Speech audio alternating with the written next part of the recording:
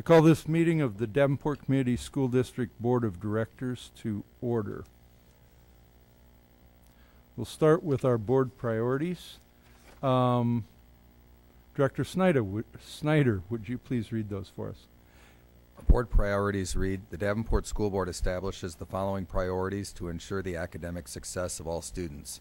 Provide leadership and direction to improve the overall learning environment in our classrooms, schools, and district, including the health, safety, security, and happiness of students and staff. To direct and support actions, programs, and activities which reduce the impacts of poverty on our students, their families, and our community. Thank you.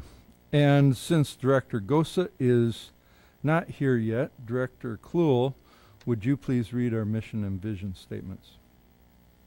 Tabitha, do you have that up? Would you, please?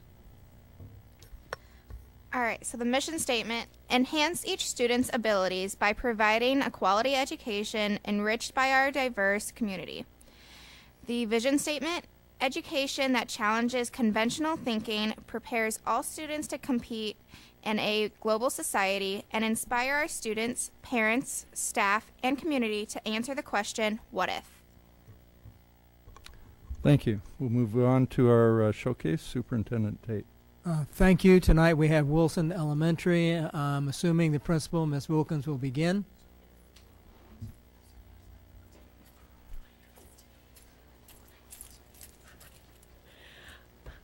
Good evening. I have brought with me tonight our fifth grade student council members under the direction of Mr. Mike Ross.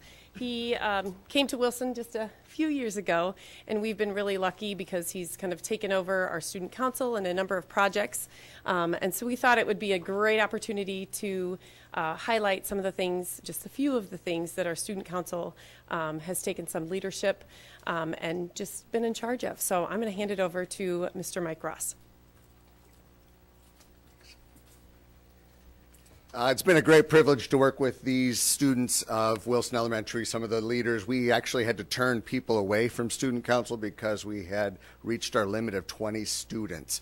And so anytime that there's an activity or anytime that there's an event in which student council has their fingertips involved, we have a great turnout. So I'm going to step back and let them showcase what we have to offer.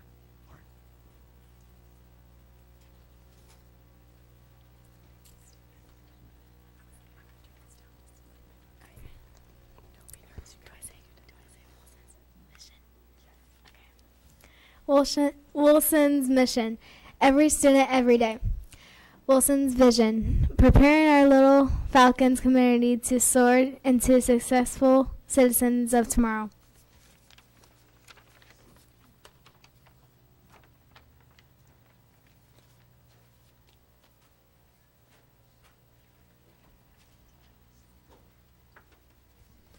Hey, excuse me, before you get started, when each of you come up, would you give us your name also? And I missed your name. Lauren? Lauren Taylor. Lauren Taylor. Okay, thank you. Okay, sorry to interrupt. Hi, my name is Jovan Davis, and this is Wilson Student Council. Student Council meets 2 times per month for 1 hour. There is 1 student from each 3rd grade class and 2 students from each 4th and 5th grade classes. Student Council builds school spirit and makes Wilson Elementary a better school. It also improves student council members' leadership skills.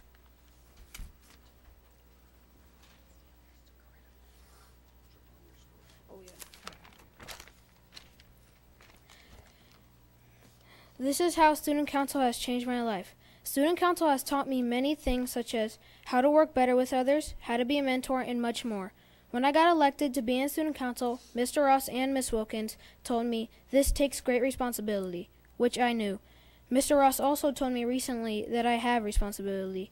He told me I have responsibility by walking into classrooms quietly to pick up SOAR tickets and to be on school on time mostly every day.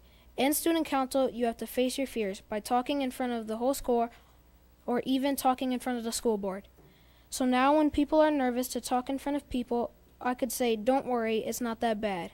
Student Council has taught me how to be a mentor, to face your fears, and how to have responsibility. Thank you for your time and attention. Okay. My name is Annalyn Serrano, and I'm going to be talking about the School Spirit Store.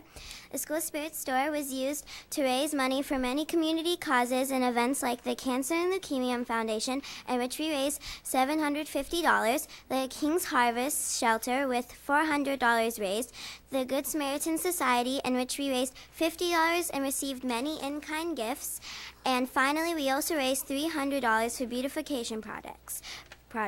But the School Spirit Store could not have been so successful without the help and support of our PTA and Principal Wilkins. Some of our many amazing and cool items at our store were miscellaneous items sold for 25 cents, emoticon wallets for $3, erasers for 50 cents, and pencils for 25 cents.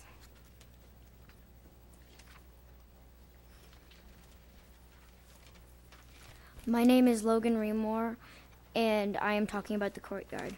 Student Council has worked hard on the Courtyard. We took our time to work after school. We are fixing the pond and pulling weeds. This is what the Courtyard looks like today.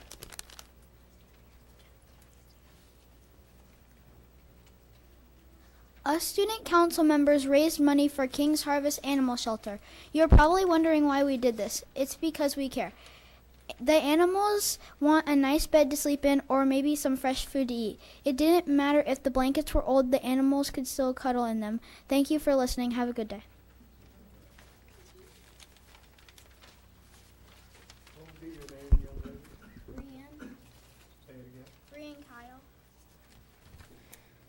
My name is Emma Swartz, and I'm talking about the Good Samaritan Society. The student council members set up a drive for the Good Samaritan Society. The students and parents helped donate. We collected the donations to help the society.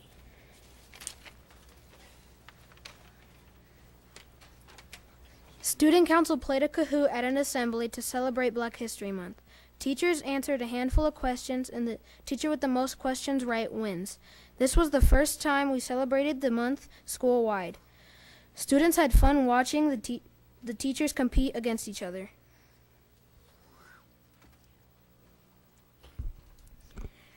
Student council went around asking parents questions at the spring conferences. Here are some questions we asked. Is Wilson in good condition? 93 yeses and 5 noes. Is the grading system fair? 75 yeses and 19 noes. Behavior at Wilson positive or negative? 83 yeses and 15 noes.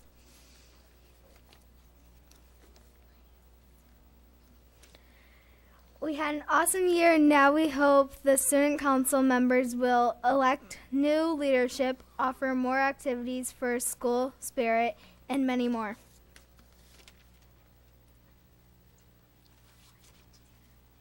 Thank you, school board leaders.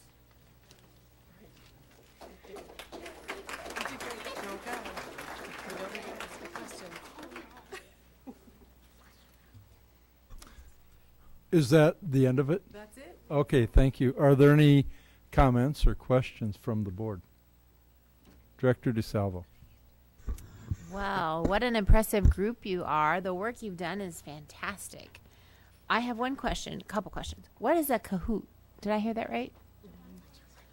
A Kahoot is a game you play on a computer, Oh, okay. and you answer questions on one topic. Got it. And so the teachers had to do this to raise some money? Yes. And how'd they do? Pretty good. All right, all right.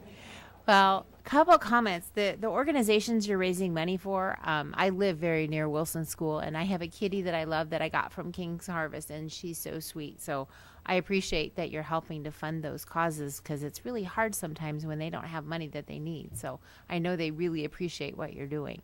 You guys are leaders. It's wonderful the things you're doing. Keep with it. You're off to intermediate school, some of you, next year. So keep it going there and help those ones behind you that need to keep what you've started going in our community, because we really appreciate it. So keep up the great work, and we're very proud of you. Director Hayes. Actually, Kahoot was the game we played at the showcase. That was the game that we played. Okay. For that courtyard, by the way, was beautiful. The afterwards, it was absolutely beautiful.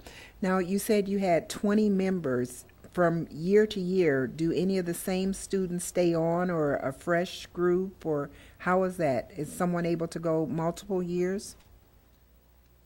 Yeah, we've had kids that have gone multiple years. I would say this year we probably had the most impressive number of students that wanted to be a part of it. But yeah, it varies. Sometimes we have some kids that stay on from year to year. Mm-hmm. Okay, thank you. If I may, we have two fourth graders that will be hopefully running for election again next year. Girls, would you mind just standing up really quick? Alexis and Macy are both fourth grade, so we're encouraging the fourth graders of this year's class, the fifth grade, to help them also run their campaigns and be willing to step up to lead. Okay, thank you. Anybody else? That it? Boy, I gotta tell you, leadership is so important, I believe, and I'm so proud of each one of you for what you're doing.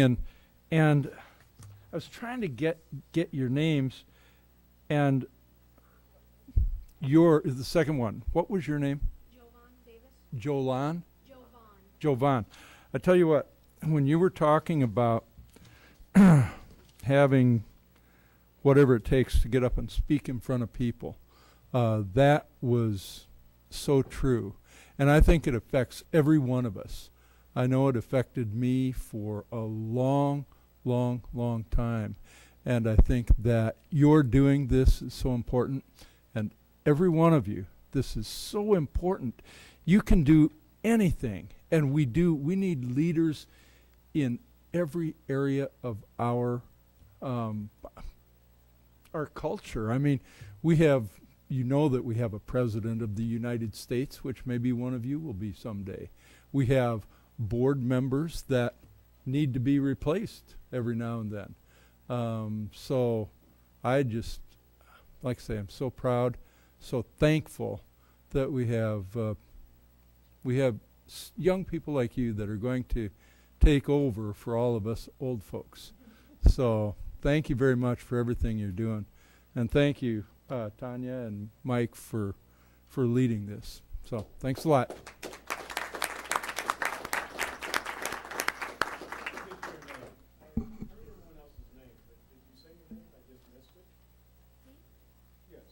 Emma Swartz. Say that again. Emma.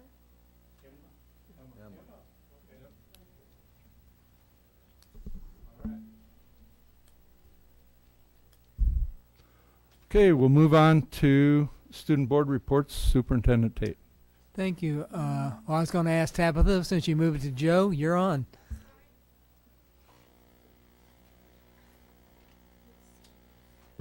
All right, so first, Central's prom was this past Saturday, and over 200 students and staff attended both the dance and after prom. So this made a fun-filled night for all Blue Devils involved. And a big thanks goes out to all the teachers, parents, and volunteers that helped put together prom and after prom. Second, we would like to congratulate Mickey Sloat, the recipient of the Dr. Thomas Anthony Dooley Memorial Scholarship. This is a $20,000 scholarship awarded to a Davenport Community Schools senior planning to pursue a career as a medical doctor. As a part of this application process, Mickey's ACT scores, AP classes, class rank, references, and panel interviews were all taken into consideration. She has recently been accepted to both Yale and Johns Hopkins, where she plans to major in biology with the goal of becoming a doctor and a medical researcher. So congrats to Mickey, and the best wish goes to her. Third, on April 20th, Davenport's Blue Devil Battalion paid a visit to the Iowa City VA Healthcare System facility. On the trip, cadets spent time learning about the facility and its faculty, as well as talked to veterans and learned their stories. While this was happening, some spoke to veterans at the hospital that were being treated at the hospital, and a number went to the University of Iowa's campus, where they further learned about the Army ROTC program at the college level. Just first off, excuse us if we sound sick. We both have allergies that are seasonal. So, congratulations is due to all of our Davenport Central Hall of Honor inductees. We had our ceremony last Friday. 7 new inductees were introduced into the Central Hall of Honor, including the Venerable Mr. Robert Scott, and a number of other generous and successful Central alumni. In addition, congratulations goes out to track and field athlete Kevin Kurth on his Athlete of the Week honor. Kevin has had an incredible track season thus far, and we wish him luck in furthering his track and field career and his educational career at the prestigious West Point Academy. Davenport Central's new second-floor commons area is near the auditorium, the new auditorium, and it's been finished, and we are looking forward to using the auditorium in the upcoming year. And finally, congratulations goes out to Lauren Amato on her incredible finish at the Open CrossFit competition. Lauren finished the event in 126th place, and I know that sounds really far back, but as a top 200 finisher, Lauren is invited to compete in the Teenage Online Qualifier. So good luck goes out to Lauren as she takes her competition to the next stage. So for North, a special congratulations to the varsity boys tennis team that came in 3rd place this weekend at the PV Invitational.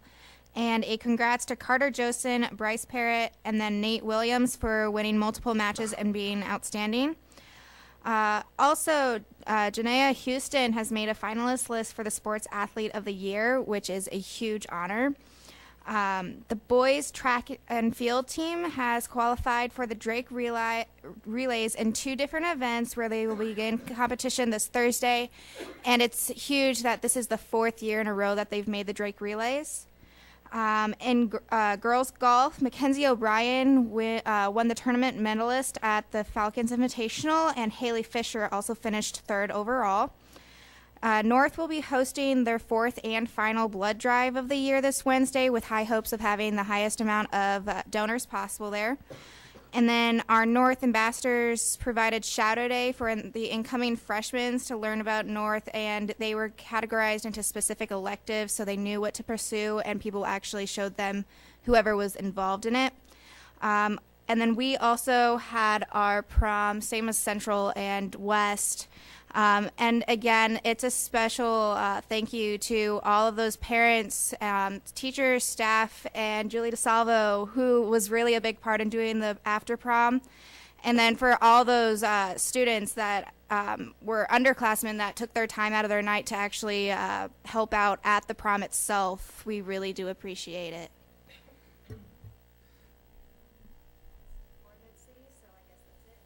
Thank you, students.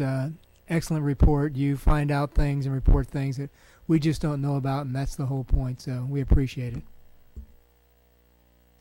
Thank you very much. We'll move on to board reports. Are there any? Director Hayes.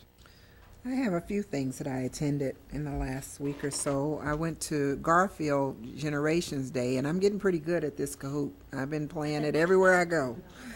Yeah, and we also played Go Noodle and Sparkle. Now, Sparkle was really interesting. They had a concept of studying spelling words, and you go through the word, and you go until you made an error.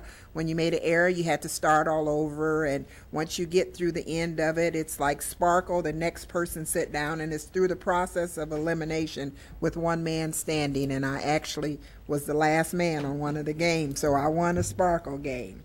Yesterday, I went to Black Girls Rock in Rock Island. A student from Central, Alana Turner, I want to say it was her name, beautiful voice. She sang I'll Rise Up, and she actually sang it better than Andrea Day. She had a really, really strong voice. She said she was going to major in music in Jefferson City, Missouri, but she sang really good, and she was honored at that program yesterday.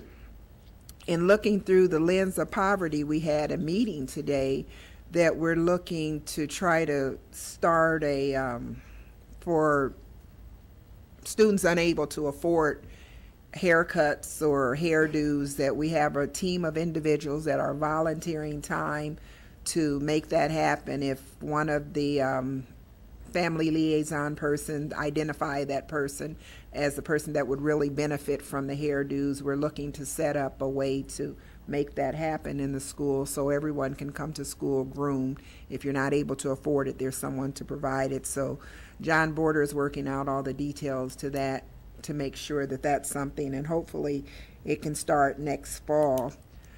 Lastly, today was my second day with my kindergartners. Those JA students give me a run for my money. I had one little lady, when I went to the door, she ran to the door and gave me a hug to take my bag and help me.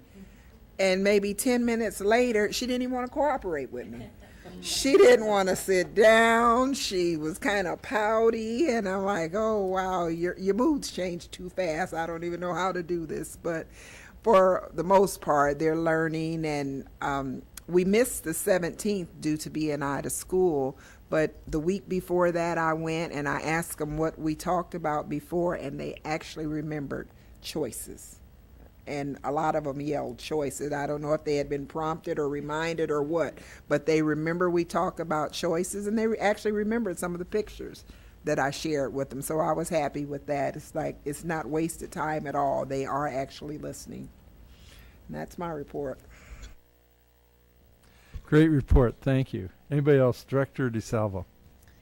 I think it was, my days are kind of a blur, but last week we were at the student showcase, was it, or was it the week before? But anyway, it was fantastic. Everybody that's involved in putting that on, it's truly amazing every year, and I really enjoy going. And the kids get to show all the stuff, or some things that spotlight of their school. And yeah, Director Hayes beat me in this Kahoot game that I didn't know what it was called. No wonder I couldn't win, but the kids were amazing. The talent there between the music and the school activities, and it was just a wonderful, wonderful experience. So thanks. I know a lot of people here, Rachel, and everybody puts that on every year, and we really enjoy it. It's a lot of work, but it's really a wonderful experience.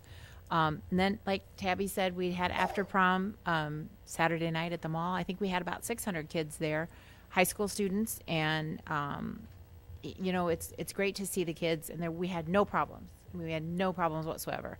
And in my mind, we're keeping those kids safe and keeping them off the streets and giving them something to do that I think they enjoyed, to keep them safe. So if you're ever willing to come help, we would always use help there. But it takes about 100 volunteers and a lot of food and a lot of fun. So it was great turnout. So thank you. Thank you for that. Anybody else? Director Clue.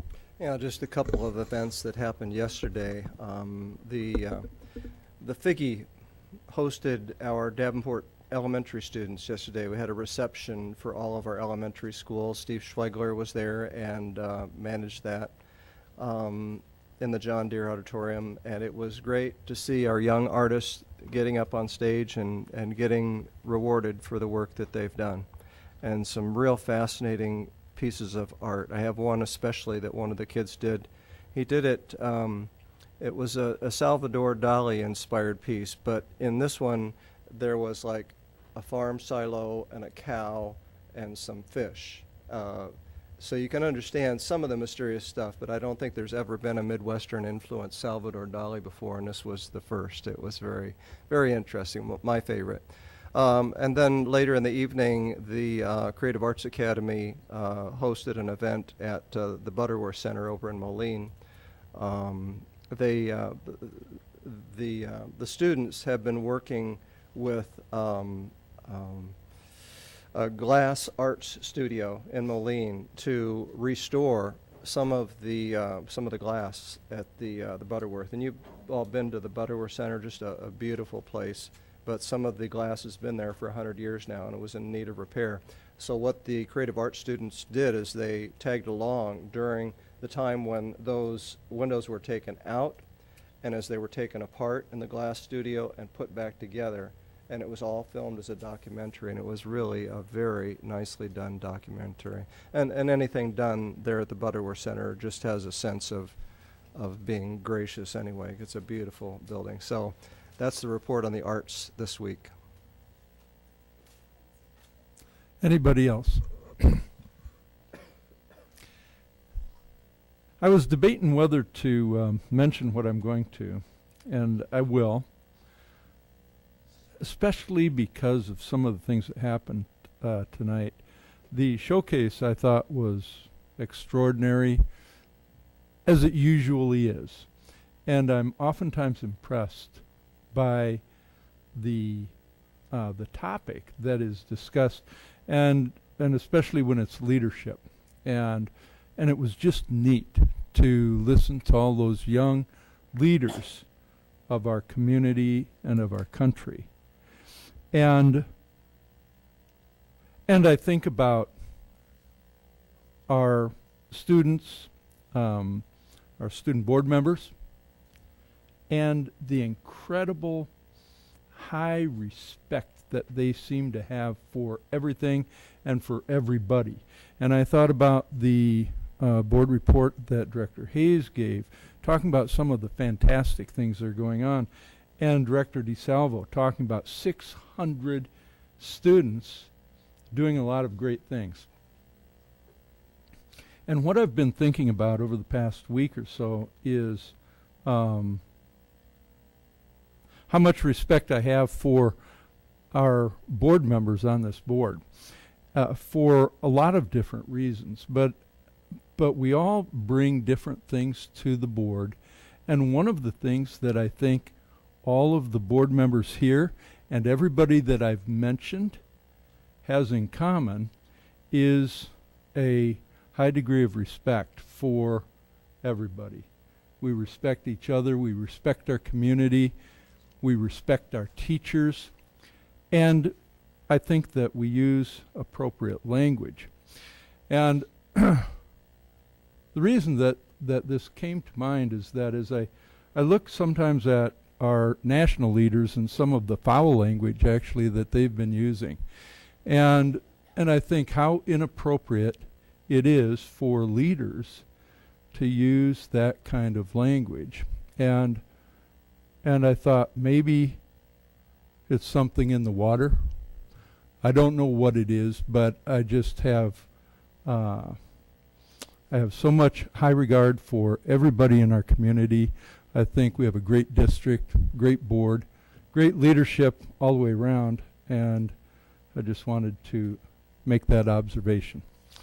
All right, we'll move on to communications. Director DeSalvo, you want to read those for us, please? Sure. April 25th, that would be tomorrow, there's the annual employee retirement dinner. 6 p.m. is social hour, 7 p.m. is dinner, and that is at the Radisson Hotel in Davenport. May 1st, which is a Monday at 5:30 p.m., committee of the whole meeting here at the Achievement Service Center in the Jim Hester Boardroom. May 2nd, that's a Tuesday. These are awkward to read. Legislative Advocacy Committee meeting in the Executive Boardroom right here. Wednesday, May 3rd, 6 p.m., Community Conversations with the Board hosted by 180, and that will be held at 601 Marquette Street in Davenport. Wednesday, May 10th, 5:15, Policy meeting here in the Executive Boardroom. Monday, May 8th, 6 p.m., regular meeting here in the Jim Hester Boardroom. Tuesday, May 16th, another LCAC meeting here in the Jim Hester Boardroom. Monday, May 22nd, 6 p.m., regular board meeting here in the Jim Hester Boardroom. Monday, May 29th, we will be closed for the holiday. Wednesday, May 31st, 7 p.m. is Mid-City graduation at the Galvin Fine Arts Center at St. Ambrose in Davenport. Thank you very much. We'll move on to open forum. We have 2 open forum requests this evening. Open forum is a time for members of the community to give input at a board meeting regarding school district issues or concerns. Individuals who want to speak should fill out an open forum request and give it to the board secretary prior to open forum. The board will not act on any issue presented during open forum if it was not published as an agenda item. The Iowa Open Meetings Law prohibits action on any issue that is not on the agenda. The president will set the amount of time allowed for individuals to speak during open forum. The board asks that no charges or complaints be made against individual employees of the district or community during open forum. Remarks that reflect negatively on the character or motives of any person will be called out of order. The two that we have, oh, and I apologize, we'll have 2 minutes for each of the open forum requests. First will be Jane Montford. And Jane, if you want to come up and give us your name and address in the microphone. And then after Jane is Morgan and Ben Burbidge. Go ahead. Good evening. My name is Jane Montford. I live in Davenport at 2118 Fillmore Street. I'm here tonight on behalf of my daughter. We want to open enroll her to the CAM Community School District, which is out in western Iowa, so that she can participate in the Iowa Connections Academy, which is, if you're not familiar with it, is an public school online program. So she would do her public school at home with me as her support, but she would interact directly with teachers. It's a licensed program. The teachers are Iowa licensed. She was not treated well in utero by her birth mother, which has left her with some learning delays. She doesn't pick up on things and has some social issues. She is overcoming them. She'll be 14 in July, so with a lot of work and time, she has overcome quite a bit. She has expressed a desire to attend high school, and my husband and I are okay with that. We would like, though, after doing some research, to have a year with the Iowa Connections Academy in a public school forum, so to speak, while she's still at home, in hopes that we can transition her over to West as our school district. You wouldn't know it by looking at her. She's very bright, she's very engaging, but she does have some learning disabilities. If I'm not mistaken, the Davenport Community School District does not receive any funding for homeschooled children. If I'm correct, I believe that I am from my research. If you choose not to let her go, I will continue to homeschool her. So if money plays in any fashion in your decision, I just want you to know that I will continue to homeschool her because that's what we've committed to. I have a 17-year-old, and we've just finishing up our 12th year of homeschooling. So on a side note, even though we've homeschooled, I've always paid attention to what the district has done and current events and stuff like that. And I have the utmost appreciation for the teachers, the staff, everybody, and you guys and Dr. Tate, what you've been up against with funding and stuff like that. I believe the students of Davenport are worth it, and I was quite impressed by this group and this group that was here tonight. So I know good things are going on in the school district. Our decision to homeschool had nothing to do with the schools. It was a personal decision that we made at the time. So with that being said, I appreciate your time this evening, and I pray that you will reverse the open enrollment decision for my daughter Haley. There was a random drawing end of March, I believe, through the diversity plan, and she didn't make the cut because of the rules that surround that. So I would just ask that you would reverse that decision so we can set her on the best path that will help her with her desires for her education. Thank you. Thank you, Jane. Oh, did you have questions? I'm sorry. What's that? Am I supposed to stay here for questions? We're good? No. Okay. There's really not much interaction. I was just thanking you for making the presentation. Okay. Thank you. Thank you. Morgan and Ben Burbidge.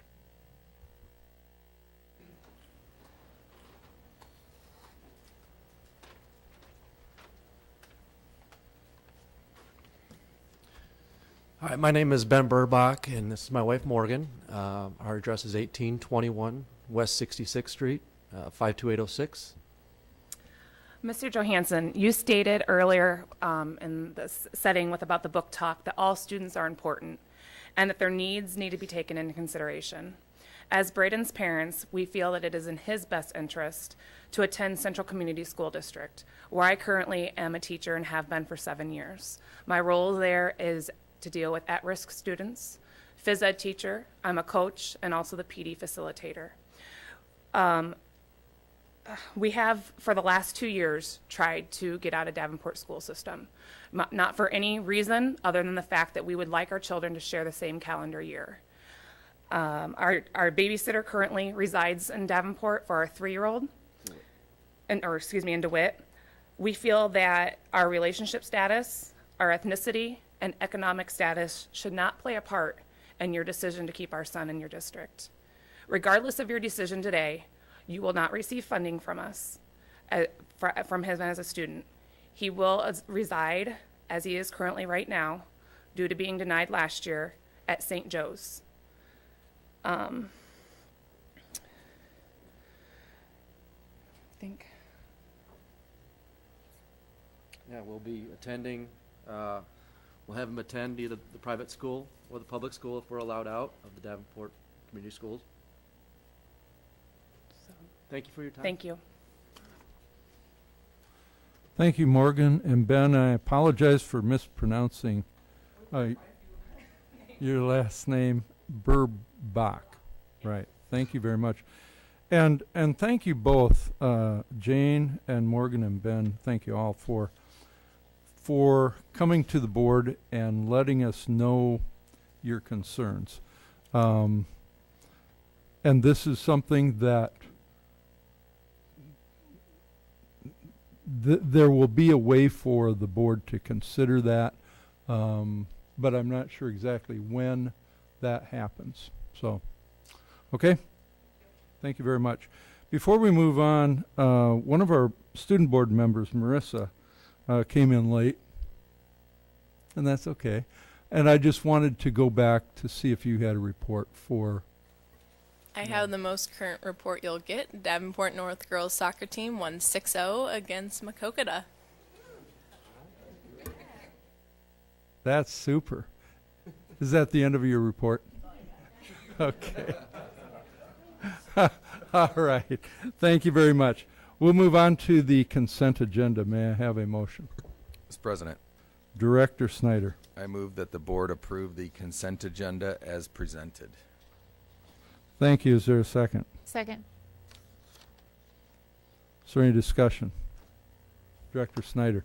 I would like to pull out 7.03, the change order for curtain pockets for $31,106. All right. Is there any other discussion? Okay, so the consent agenda that we are currently voting on is the consent agenda less 7.03, the change order for the curtain pockets for $31,106. Is there any other discussion? Okay, call for the vote. Director Snyder. Yes. Director DeSalvo. Yes. Director Kluel. Yes. Director Mayfield. Yes. Director Gosa. Yes.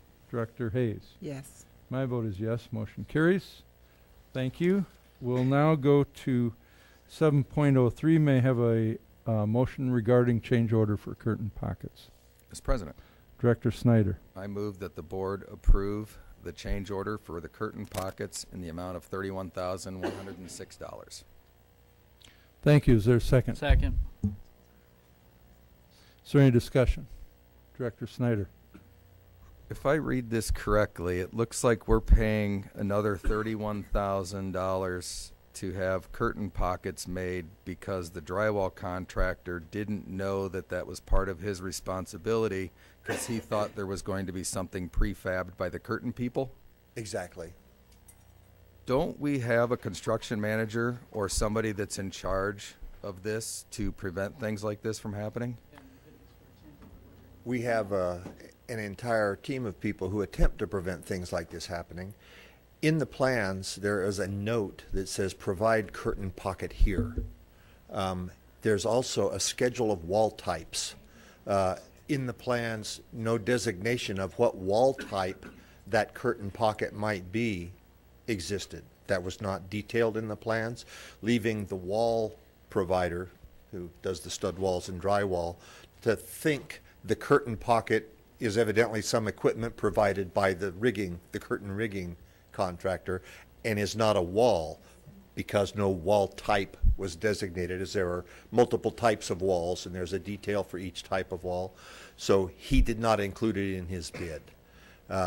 It is a built wall. It is not a piece of equipment, but he had no way of knowing that it was a built wall because, as I mentioned, the plans didn't specify what wall type it was. So either way, we would need to pay for these walls to have been installed, whether it was noticed then or noticed now. That does not change, but it's an example of how there can be incomplete or unclear coordination among drawings that The drywall or the wall contractor didn't look at all the rigging drawings. That's not his scope. So he failed to determine or understand that this was a built wall that should have been in his scope. So he didn't include it in his bid.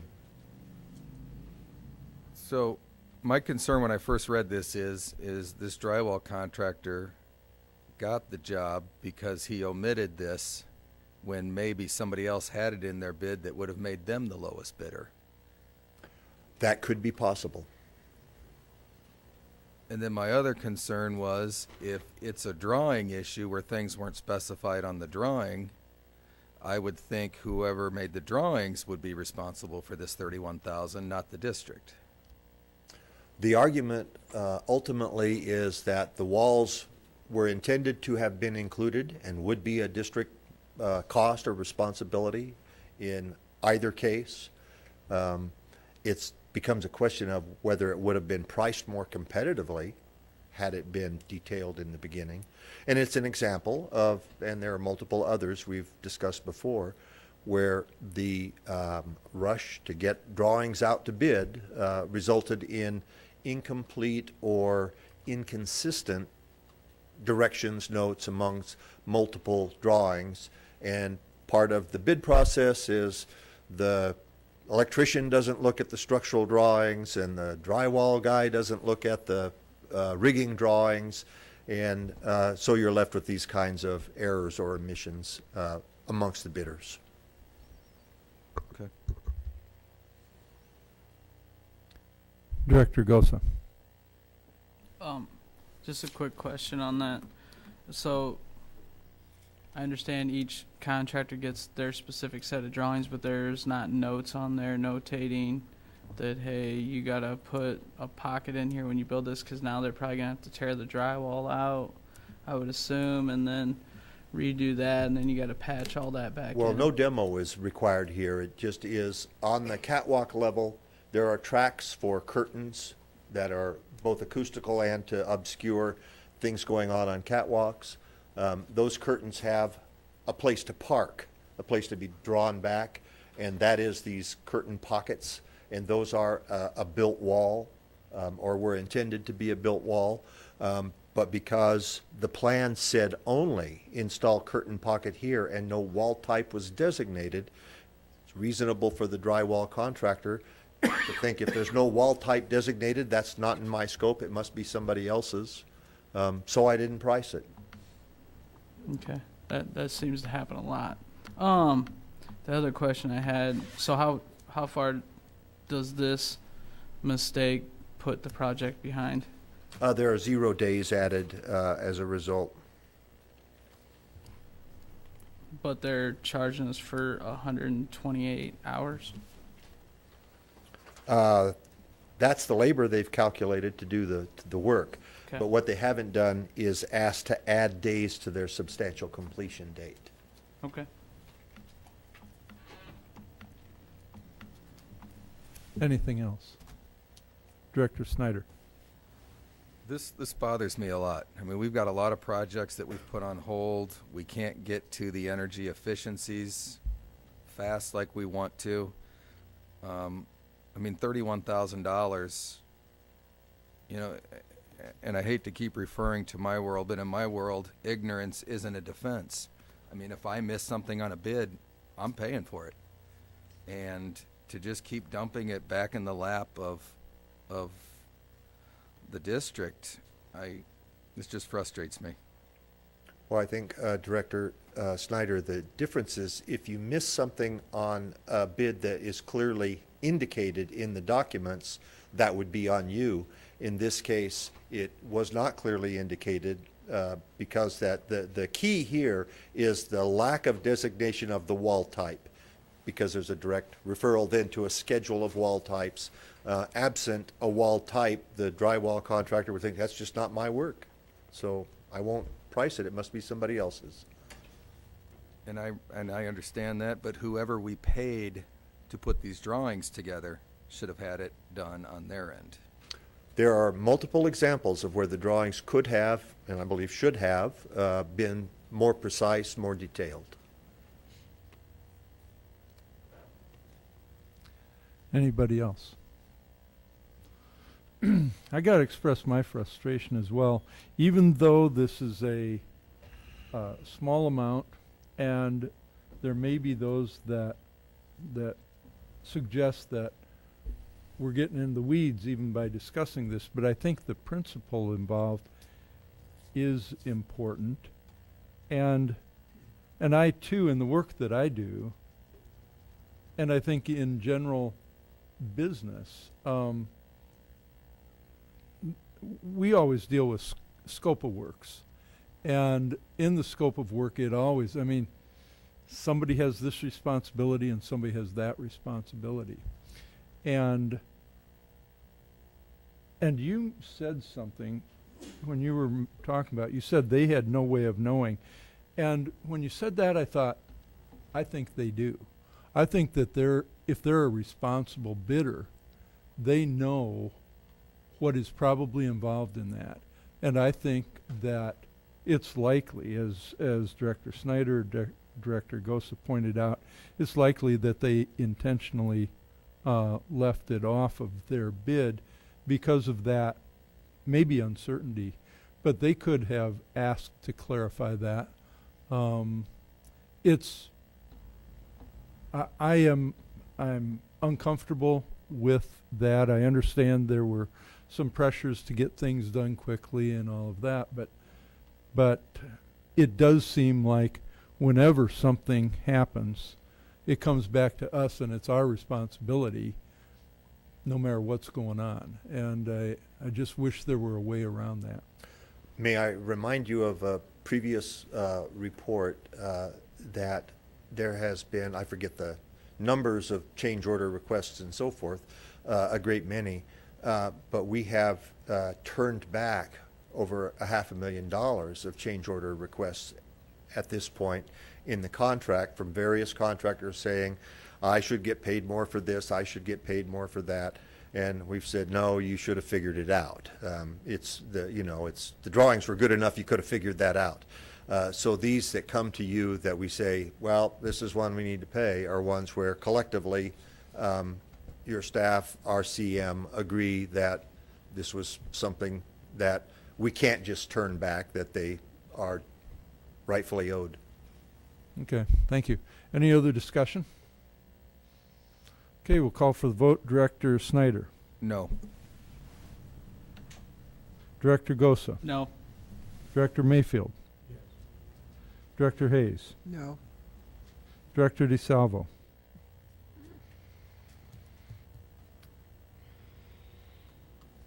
Yes. Director Kluel. Yes. And my vote is yes.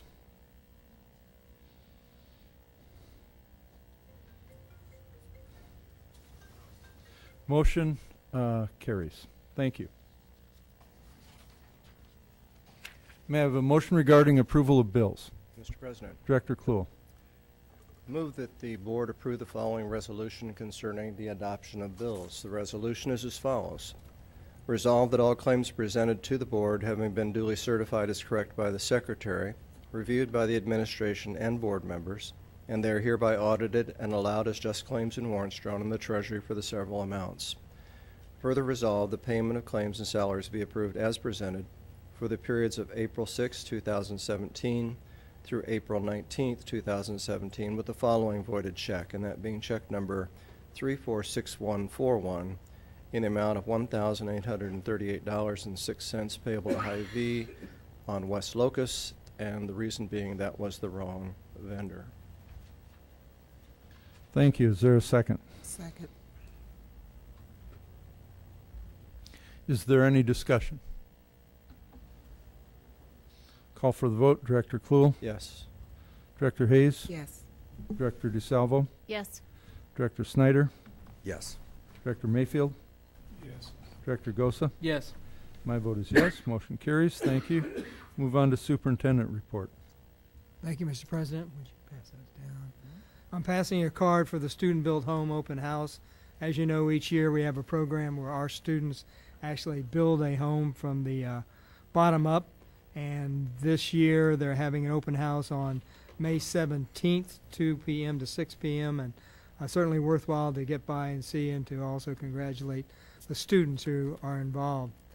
Today I received word from the Central High Army ROTC about 7 service learning projects they're doing between now and the end of the year. We heard about one tonight, the VA hospital, but they're also working with Linda Hand, the Bezos Family Foundation, a canned food drive with King's Harvest, care package to military with the USO, care for animals with the Scott County Humane Society, family night at the Putney Museum, a plant fundraiser with Big Brothers Big Sisters, and a canned food drive with Cafe on Vine. We often talk about the advantage of the service learning projects, and we do have a lot of students who are participating.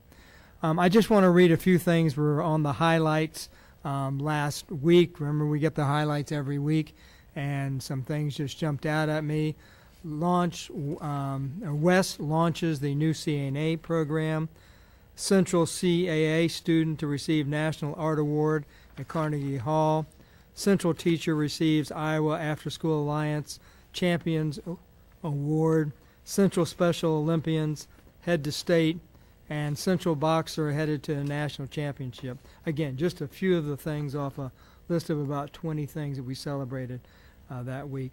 On April 20th at the RME, we had our service awards for 20 and 30-year employees. It was a great evening.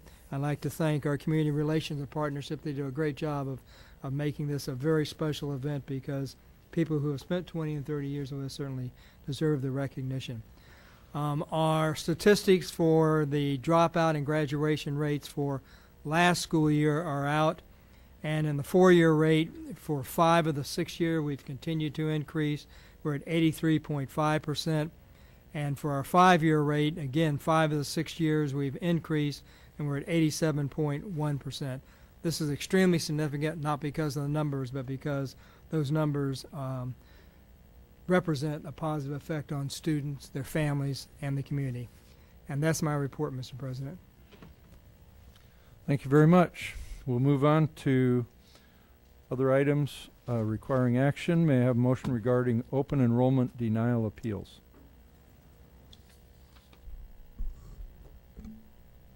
Mr. President, Director DeSalvo. I move that the board approve the administration's recommendation to uphold the superintendent's decision to deny open enrollment between districts based on the district's diversity plan and board policy 501.16, open enrollment between districts, for the following students who have appealed: Carolyn Chester, kindergarten, requesting to move to Bettendorf or attend Bettendorf. Haley Montford, 8th grade, requesting to attend CAM. Jamie Connor, 9th grade, requesting to attend Bettendorf. Braden Burbach, kindergarten, requesting to attend Central DeWitt. Ashlyn Myers, kindergarten, requesting to attend Bettendorf. Kevin Jump, 6th grade, requesting to attend Bettendorf. Peyton Jump, 3rd grade, requesting to attend Bettendorf. Aiden Jump, kindergarten, requesting to attend Bettendorf. Octavia Smith, 6th grade, requesting to attend Bettendorf. Thank you. Is there a second? Second. Is there any discussion? Do you want to ask Dawn Anderson Rasher to come up and explain the diversity plan Sure. to begin with? We could do that. Yep.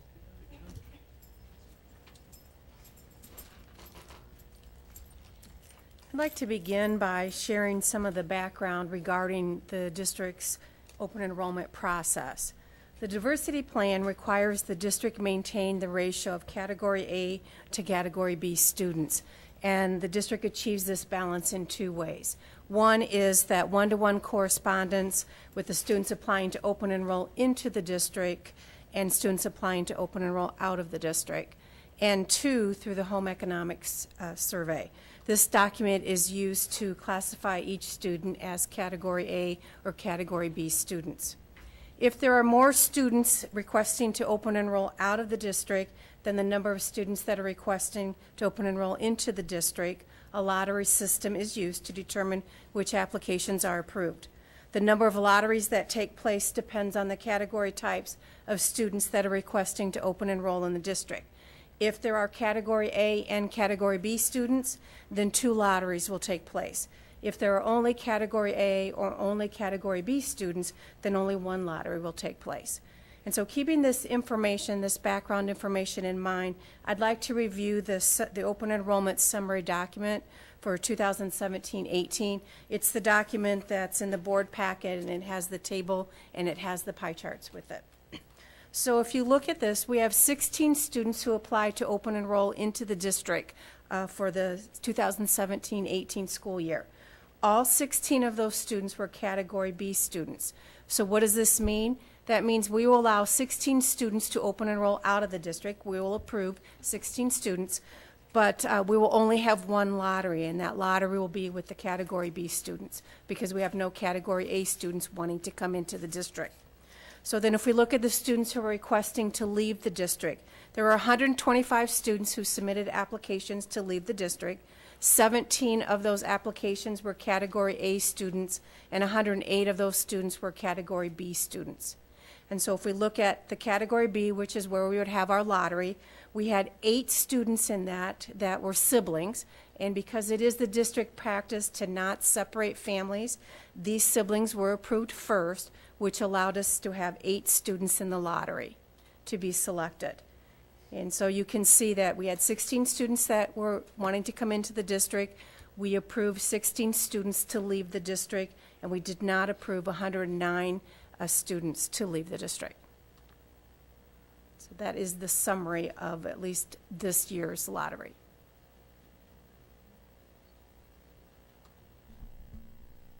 I was just going to say if there's any questions before. Yeah, why don't we open it up to questions for Dawn or for the administration before we get into discussion on the actual motion. Are there any questions for Dawn or for the administration regarding the presentation that was just made? Director Mayfield. Would you define Category A and B? Sure. Being a little more specific. Category A are students who qualify for reduced or free fees, and Category B students are students who have paid fees. That's strictly It's strictly the category that we use, the socioeconomic status, yes. And it's one of the 4 categories that the state says that we could use in our diversity plan. The district has chosen socioeconomic status as that criteria that we will use.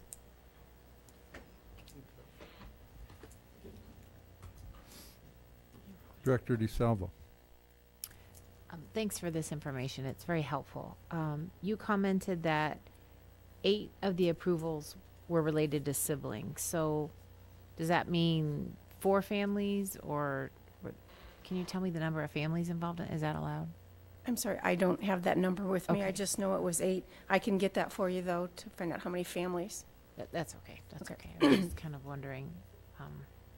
That's all I have for now. Anybody else?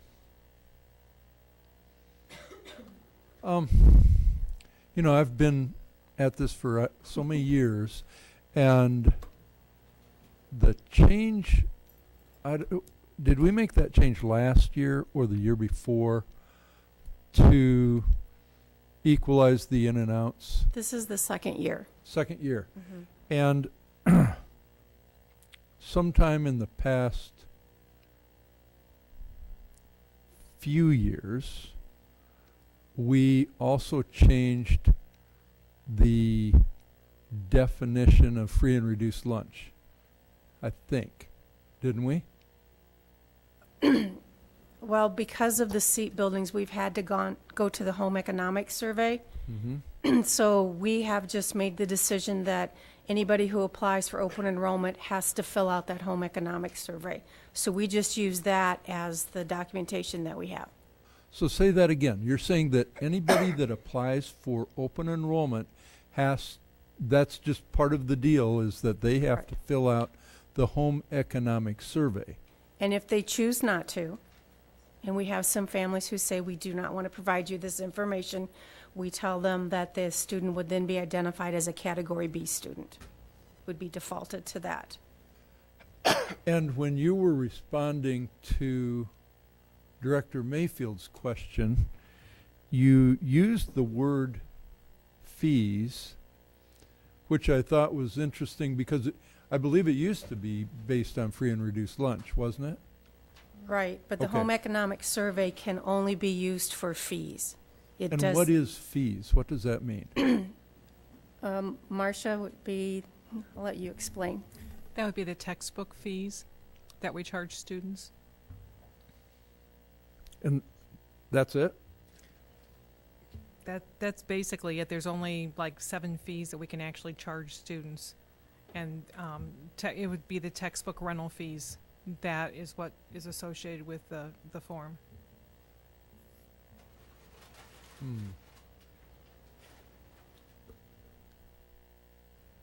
Can you characterize, I don't have any idea, how much is textbook fees? On an average or just some number? Yeah, we just changed that. They were the same, and now they're different by grade level. I'd say it varies between $40 and $70, depending if you're elementary, intermediate, or high school.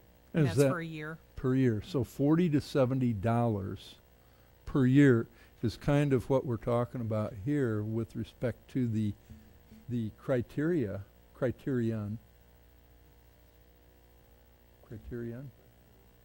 that is used for this process. Right? Okay. But we also use free and reduced lunch for those schools that aren't part of the community, the CEP. Actually, we don't, because we can't use that form for anything other than for reduced meals or for meals. Yeah. So that doesn't qualify. That's why we've gone to the HES survey instead of Okay. using the free and reduced lunch. All right. Thank you for the clarifications. Any other discussion or questions for Dawn or the administration regarding this presentation that they've made before we get into the Yes, there is. Okay. Director Mayfield. I didn't quite understand the fee, meaning that part of the fee is forgiven, or why is the fee being used as part of the criteria? And I understand that we're using free and reduced lunch as part of the indicator for which category they're in. But how are the fees being used? If I may ask, I don't know who to ask to. We're not using free and reduced lunch because we're not allowed to. Okay, so what? So if you qualify for free and reduced lunch, that application can only be used for meals. It can't be used for anything else. Okay, I'm misunderstanding. So what are the determinants of A and B again, if I may hear that, and then? It would be based on the home economic survey, which is used for fees. So everybody takes that survey, I assume, or just those that are applying to opt out? We require it for all students who are applying for open enrollment, both coming in and leaving the district. We also use that information for our seat buildings, and I think the district has made the decision that all students will complete the form. So it's not just this building because you're a seat building. All buildings, we are asking the families to fill out that home economic survey. You used a term there, seat building? A seat building is a community educational program, and so that's where the families do not need to fill out an application for meals. That it's that building that is determined to allow to give free breakfast and free lunch for all students that attend that building.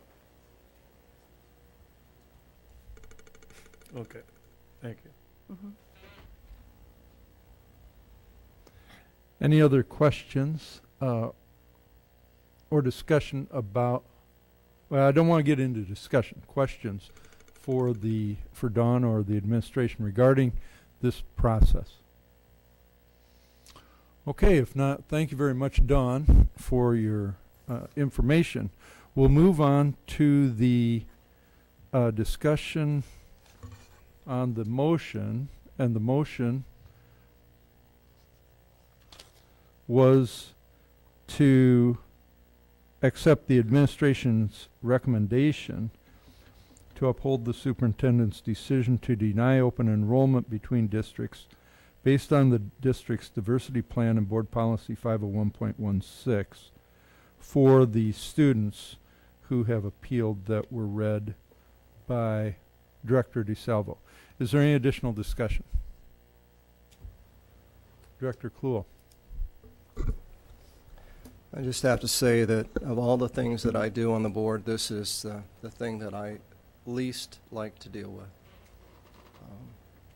Iowa code provides that parents that believe that their child can be educated in another district should have that opportunity. And for me, that is almost a sacred thing, that parents and students should have that opportunity to be able to do that. Iowa code also has a part that says that based on ethnic balances, that there are some districts in the state that are allowed to restrict open enrollment going out of the district, and that is what you're hearing talked about on the board in terms of that restriction. And this is, I just want, you know, President Johansson mentioned earlier that he appreciated your advocacy. I appreciate it. And I think that if I were in the same situation, I would be in your seats and speaking up as well. But like I said, this is one of the most unfortunate issues that we have. The code is very clear in terms of what allows a student to be allowed to be open and rolled out. And although I think your criteria are good, they don't meet the state's criteria. And so just on my behalf, not on behalf of the board, but I do want to appreciate your advocacy, my vote will be to approve this motion. Is there any additional discussion? Director Mayfield. Well, I guess I have a little different perspective. I believe parents, since they're going to be responsible for their children in the end, that parents should have that choice. Now, some of us have the means to actually move and buy a house in a different district if they don't feel their kids are getting what they want in the district that they're in. Does that harm the district when students leave? Yes. Are we losing students in this district? Yes. But I don't think we serve our students here nor those parents by forcing them to stay. I think to keep them here, we have to get better at what our purpose is here. Now, that's basically education, but along with that education, that their kids be safe in an environment that they feel that their kids can get their potential education here in our district. So we have a long ways to go in that area because we're steady losing students. And we use the state law as the determinant as to whether we allow those people to go. Is it right? Not if it's your child. You know, we have teachers that teach here. We have administrators that work here that choose to educate their kids in a different district. But yet, when parents want to take their kids to a different district, we say no. So that disturbs me for more than one reason. It disturbs me because of the kids and the parents that are affected by that. And I just think it's a little bit, we try to do the best for our students, but what happens is some students it's the best for, other students it's not. If it's my child, I would like that choice.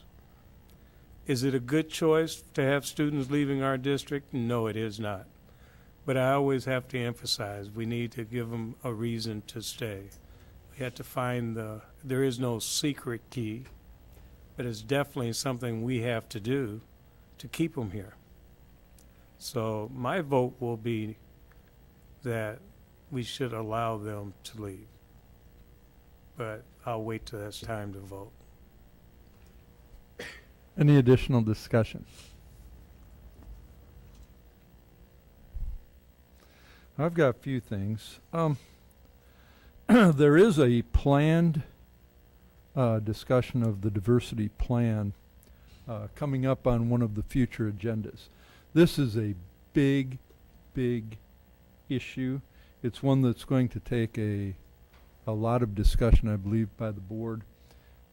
Just as evidenced by the brief amount of discussion that's already occurred. I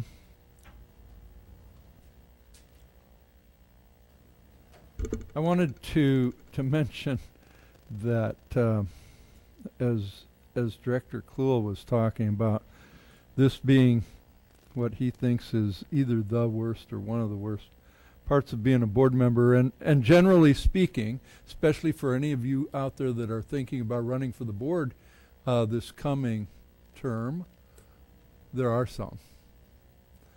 Marissa. There are people that are planning on running, and I want to say that in general, service on the board is really, really rewarding, and there are a couple of things that are trying. The one other that came to my mind was expulsions. Expulsions are very, very difficult, and that's part of the role of the board. But this is another part of the responsibility of the board. We do have policies and we do have laws regarding all this, and the superintendent in this case has, as far as I can tell, he's exercised his responsibility to make the decision to deny the open enrollment based on two things. One is the district's diversity plan and the board policy 501.16. And so for me, it's difficult to not support the superintendent's decision based on him trying to do his best job at following our policies and our plans. But I did have one question on this CAM. It's an online education program. I've heard a little bit about it, but very, very limited amounts. Can you talk about a little bit about how that applies to the open enrollment process? I've never thought about that. Well, you're actually opening enrolling to a district, and there's only that one program approved in the state. So it's just like any other open enrollment, but instead of the student going to another district, they take it at home, and we have to pay the entire amount to that program. So we lose the per pupil. And I thought there were 2 online programs in the state. There may be 2. Okay. Yeah. All right. Director DeSalvo. Just for the sake of the record and those in attendance, I would like it just clarified so that people understand why this is so difficult for us, and that when a student leaves, we have to pay that district where they go to. So that's money, that $6,446 out of the money that we could use to pay teachers and buy textbooks, that we have to pay to Bettendorf, as you heard, all those students that want to go to Bettendorf. So we were top heavy in prior years. And is it okay if I do this? It's kind of strange. It's just, I would say be careful. okay. For many, many years, we had more students leaving than were coming in. And so we were paying out a lot of money to those districts where those students were going and not getting it back. And unfortunately, I'm going to blame this on our state legislators once again, because we're underfunded so significantly that we had to put this strict policy in place so we weren't ending up paying out a whole bunch more than we were ever getting in. We just couldn't afford to allow that anymore. And it's heart-wrenching. It's horrible when you have to make these choices. I totally agree with what Director Kluhl said, in that we want all students to succeed. And if that means they have to go somewhere else, that does. However, we also have to take care of our own students here that do stay here, and our teachers and our staff, and that's so important. So that's why this decision is very, very hard, but that's why we had to get to this point. Again, it comes down to the funding that we haven't been getting for 40 years. Director Gosa. I don't know who can answer this one, but when Director DeSalvo was talking about that, so say it is a Bettendorf or PV, they get more per student, so then does that mean we have to pay what we get plus what it is for there, so it costs us an additional amount? We only pay what we get, right? Yes, that's what I thought. Okay.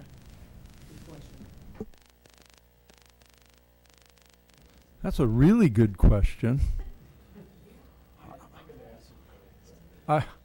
I was just wondering, Marcia, can you answer if something like that happened, then is there a way, if a student did go to a different district, how does that other district compensate if they had a different per pupil cost?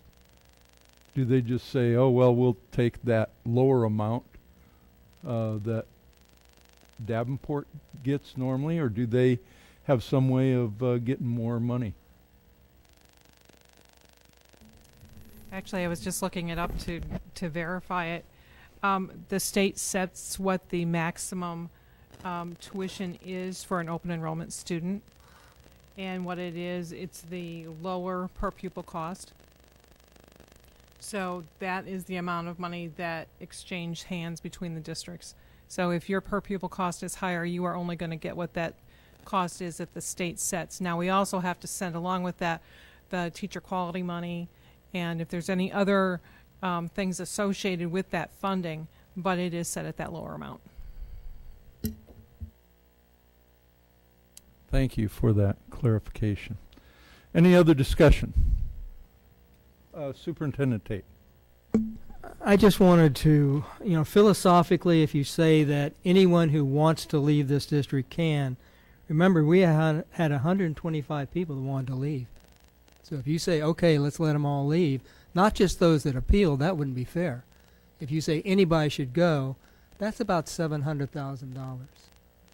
So then we're now looking at another $700,000. So I understand the sentiment, and I do. And I have to, each year someone will come in after the fact and want to try open enrollment, and I have to make the judgment. And I use the state, and we're talking about, extremely pervasive harassment, severe health. That's the sort of thing I go to because I need some criteria, because everyone's unique and everyone has a situation which really tugs at you. But again, we do have a diversity plan, and that's not optional right now. You could decide not to have it, but you haven't decided that. We have a diversity plan, and you can't just let everybody go. It's not what the diversity plan says. So I just want to go back to philosophically, it sounds good, but we could not exist if you just let anyone who wants to leave the district go. Thank you. Any additional discussion? Director Mayfield, did you have something? Yes. I agree with you. Opening the door, you'd have a flood of people that want to leave. But I think the door's been shut to Davenport on many people that are coming, that are going to these outer communities, because what they want they're not finding here in Davenport. So we got to find a way that people want to be here, education-wise, rather than avoid and go to other places. Everyone has a different reason, as Dr. Tate says, but we need to find out those reasons and do what we need to keep them here. We have a lot of folks that are avoiding bringing their kids here. So we may be able to keep the ones we have, but we're not growing. We're diminishing if we're not getting those people coming in. Thanks.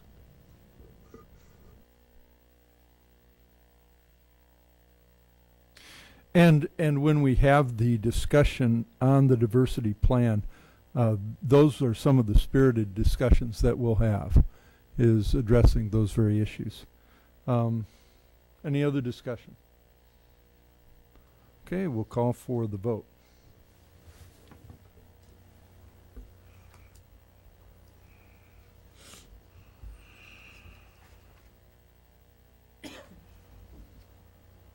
Director DeSalvo. Yes. Director Hayes. As hard as it is to vote yes, I would love to see everyone be where they want to be, but we can't afford it, so I'm going to have to say yes. Director Gosa. Yes. Director Kluel. Yes. Director Snyder. Yes. Director Mayfield. And my vote is yes. Motion carries. Thank you. May I have a motion regarding approval of change order for $254,000?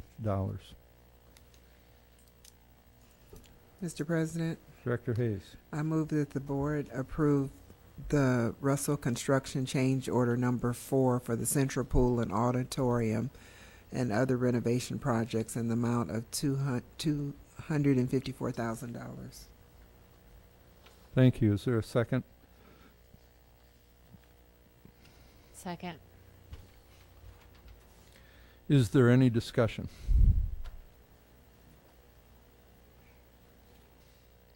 Director DeSalvo, do you have something to talk about? I'm just trying to understand another change order.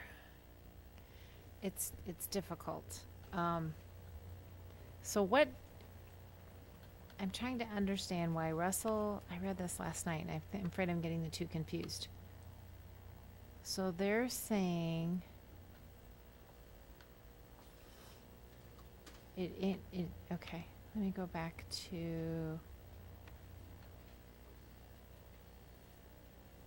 This isn't for anything really specific. This is like a compilation of things, or This is fees related to the management of the construction project overall. You'll recall that substantial completion for the pool was originally in the contract for August of 2016, and substantial completion of the auditorium was October 2016. This claim originally was $469,000 and change that Russell Construction asserts is the cost of maintaining the construction management effort, that's general conditions, trailers, fences, porta potties, that sort of thing, site superintendent, project management, for that period of time that extended beyond the substantial completion date in the contract. Rather than the pool finishing in August, it finished in November. Rather than the auditorium finishing in October, it will have substantial completion May 5th. For those weeks beyond the original contract time, Russell's claim is for the ongoing construction management effort that is beyond the original substantial completion date. There's a series of events that occurred going back to the beginning that caused the delays that their claims say, well, those are things that were beyond our control, nothing we could have done about that. Our opinion was some of those things are true. Some of those things, there's nothing you could have done. Others of those things, it is the construction manager's responsibility to manage the schedule, to be adaptable and flexible and adapt to changes in circumstances over the life of the project, that's part of their responsibility. That's part of the reason after several meetings with Russell, Mr. Davidson, myself, ultimately Dr. Tate, Mr. Davidson, myself met with Russell's folks, and we've concluded that a justifiable claim is $254,000, but not $469,000. so what? Can I keep? What role? So Russell was like the project manager type. I mean, so they had no control over these timelines, or. Well, we assert that one of the responsibilities of the construction manager is to manage the schedule of all of the trades, all of the different contractors involved, and to coordinate that effort overall. That is among their responsibilities, and they do that on behalf of the owner. They cite a series of things beyond their control, and some of those things are true. There were the initial delays with the additional pile driving in unsuitable soils. There was a labor strike. There was winter conditions. The owner directed some changes, said, no, don't do that, do this. There were some shortcomings in some of the drawings that caused delays. All of those things are things that Russell, as the construction manager, asserts that these are beyond our control and we should be compensated for them. Our collective conclusion, your staff, your legal counsel, were there are things beyond their control that they should be paid for, but they certainly don't amount to $469,000. After, as I said, several meetings and several approaches to calculating what we thought a just claim was, we agreed that we would bring to you $254,000. I have another question. Is this kind of thing normal? It just seems very out of the Well, ordinary. when there is delays in substantial completion that are several months, then certainly a general contractor under the general contracting form of project delivery would make exactly the same claim. There's no difference there. Most of our projects finish on or near schedule, and we rarely have, well, the 3 years I've been here, we've had 0 delay claims until now. Right. One more question then. Can I ask, how are you feeling about this? Is that I'm feeling like they're due something. okay? That my belief was $469,000, that they weren't due $469,000. That it was my belief that it was their obligation as the CM to have prevented some of this delay. And that it was my belief that as CM that they were obliged to share in the loss. Okay, thank you. Director Hayes. I appreciate the fact that the price was slashed considerably. However, we had no control over this, and I just can't justify being billed $254,000 for the soil. You know, that's a mutual agreement. But the strike, I just don't understand how we could be expected to pay for that. It seems like it's quite enough. And when you think about the things that we're housing on our property for your convenience, you're charging us to hold them there. Something about that just doesn't make sense to me. The general condition cost, well, that's ordinary that construction trailers would be parked on your property and so forth.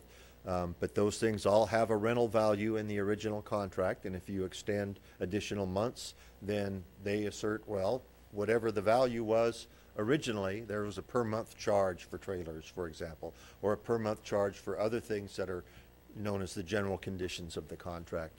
If you extend beyond the contractual substantial completion date, those general conditions costs extend beyond the general, the substantial completion date. And so that would be a rightful claim of any contractor. The other thing that I'll mention for you, as I said before, Mr. Davidson and I, Marcia, Dr. Tate, all worked on this.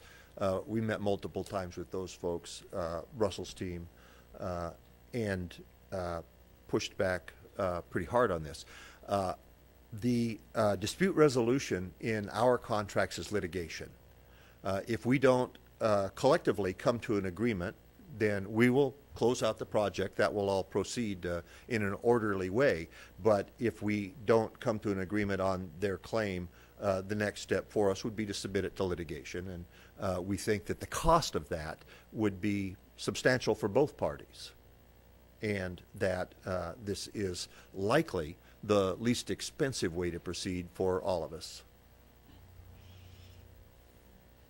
It just seems like, in my opinion, that we get these additional charges after the fact, and they keep coming forward. At some point, if we just decided, you know, litigation may be what's necessary to stop it, maybe they would, you know, stay on track as much as possible and things like this wouldn't come up. Because Well, they're clear. That is one theory, and others have posited the same idea. In our recent discussions, Mr. Davidson and I concurred that litigating a claim of less than 7 figures is ordinarily an economically unwise choice.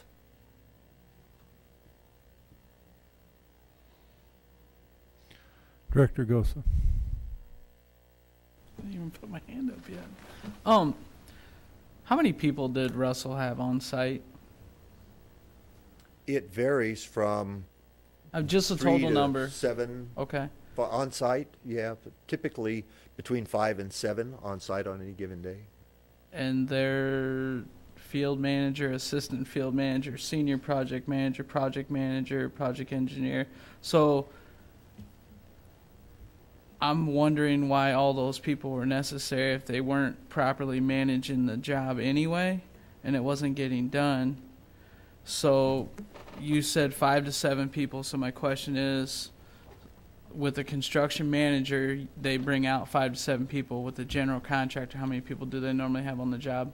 Approximately the same. There would be a site superintendent project and a safety manager, a person? project engineer, project superintendent, a safety director. You would have the same staff with the general contractor method of delivery as you have with CM. There's really no difference there. I would disagree with that. I've worked a lot of those, but and then essentially we're going to pay them $254,000 for mismanaging the project and not making sure it's done on time. So is there a way in the future to have it done? If it's not done by this date, it's going to cost you X amount of dollars, and maybe give them some skin in the game. Yes, there are liquidated damages clauses that could be put into a contract. Liquidated damages have to have some basis of what your actual loss would be for a building not being, or a project not being substantially complete on time. And then you would have the dispute over how much of that was the CM's responsibility, how much of that was things that were beyond the CM's control.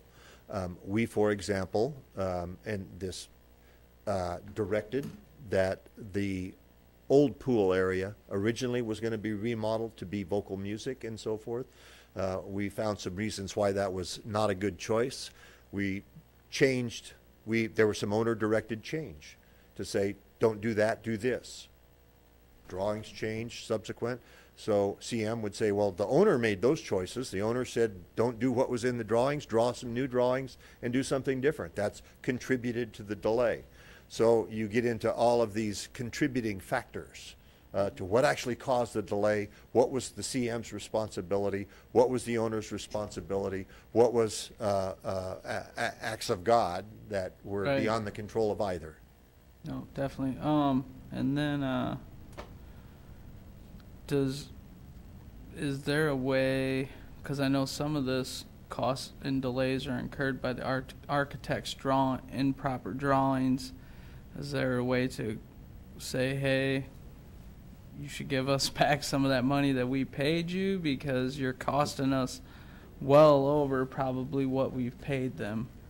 There is a claims process, and there is errors and omissions clauses in contracts, and there's the architect can make a variety of arguments that there were not errors and omissions in a technical legal sense, and here's why. So you end up in a dispute, and again with the architect we have the same provision that we have in all of our other contracts, that the district has chosen not to take the arbitration route for dispute settlement.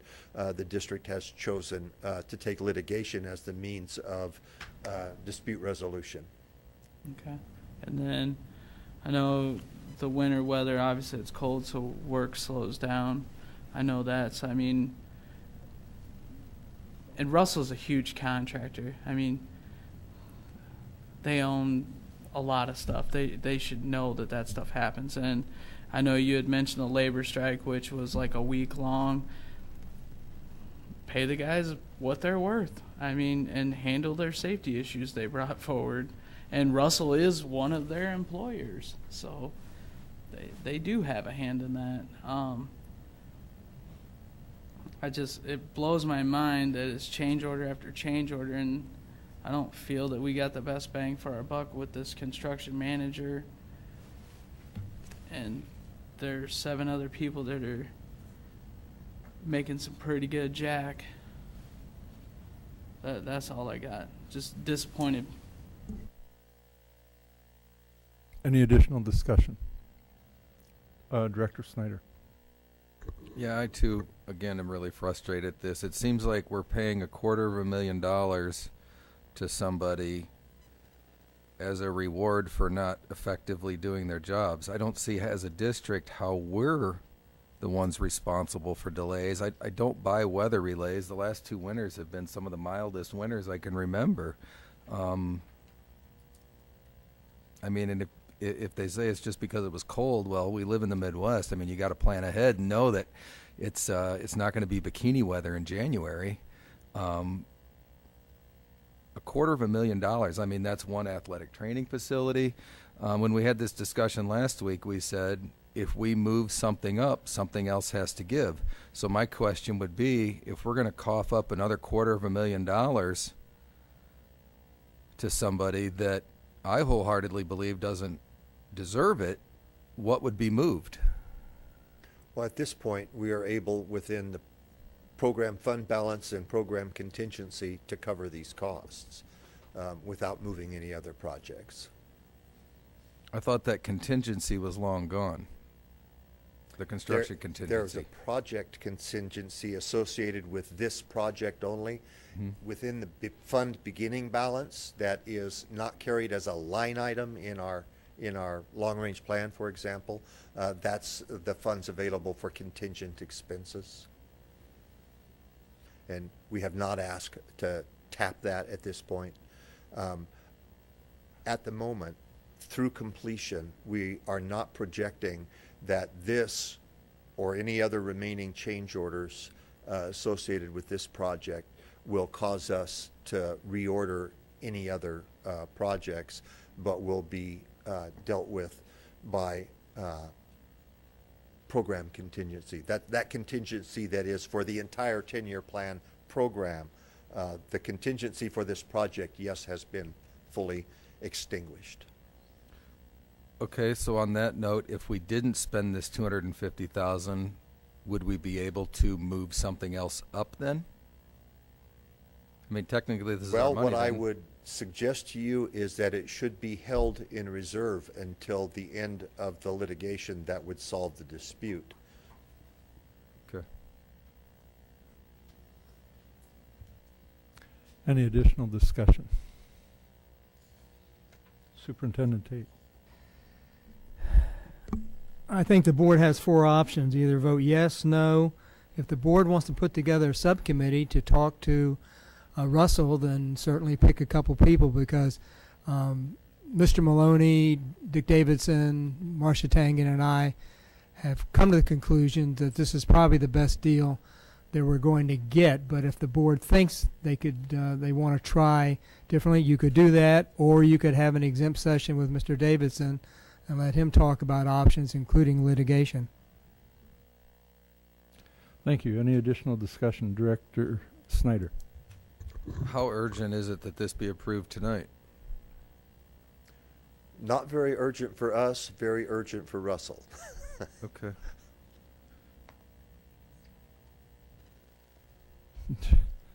Director Snyder. I'd like to make a motion that this be tabled to the next regularly scheduled meeting. Mary, when is the next meeting? 8th. May 8th.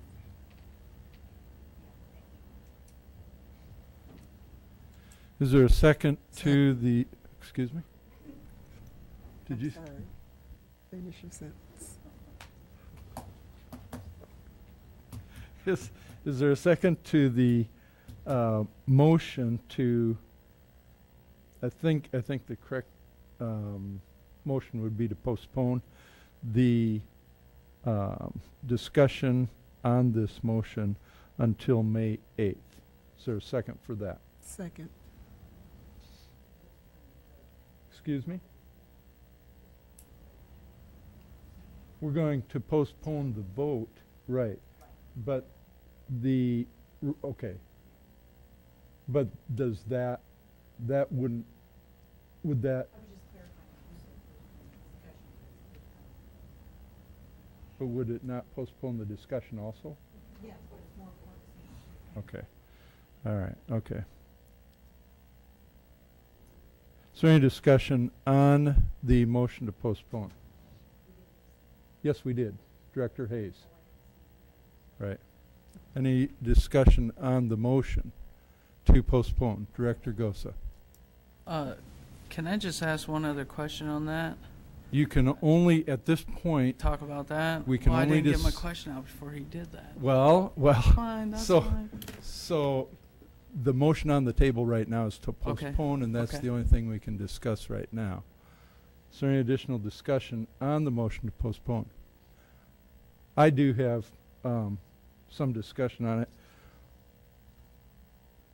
I had half a page of notes that I wanted to discuss relative to the original motion, and those would have to be set aside as well if we accept the motion to postpone, which maybe that's a good thing. But that's the one drawback that I see on this particular motion to postpone. Any additional discussion? I'm going to call for the vote to postpone. The vote was made by Director Snyder to postpone the vote on this approval of change order for $254,000 for the Russell Construction change order number 4 for the Central Pool and Auditorium and other renovations projects in the amount of $254,000, as has been represented by the documentation that you have from the administration. That motion was seconded by Director Hayes, and I'm going to call for the vote now to postpone to May 8th. Director Snyder. Yes. Director Hayes. Yes. Director Mayfield. Yes. Director Gosa. Yes. Director DeSalvo. Yes. Director Kluel. No. My vote is no. Motion carries. And this motion to approve, it's 10.02, the approval of the change order for $254,000 has been postponed until May 8th. Thank you. May I have a motion regarding approval of bid for Brady Street Stadium renovation project? Mr. President, Director Snyder. I move that the board approve the administration's recommendation to accept the lowest responsive bid of Tricon Construction Group in the amount of $947,400 for the Brady Street Stadium renovation project. Thank you. Is there a second? Second. Is there any discussion? Director DeSalvo. Can we protect ourselves so we don't end up in a problem again like we just had to discuss? We have made a number of revisions. First, let me start at the beginning. This will be general contractor form of project delivery, and it is not CM. Okay. So for those who believe that to be a protection, the answer would be yes. Additionally, I mentioned, I think in our last discussion, we've made a number of changes, both to architect contracts and to general contractor contracts, amendments to the AIA standard documents that President Johansson and Dick Davidson discussed back a couple of years ago to better protect the district and to strengthen the contracts. We additionally have a group working right now with our purchasing staff, finance staff, myself, our project management, and Greg Gowie, doing work on our standard specifications for procedural things, Division 1 of the standard specifications. That too are efforts to strengthen the district's position procedurally with all of this. So the short answer is yes. I have one other question.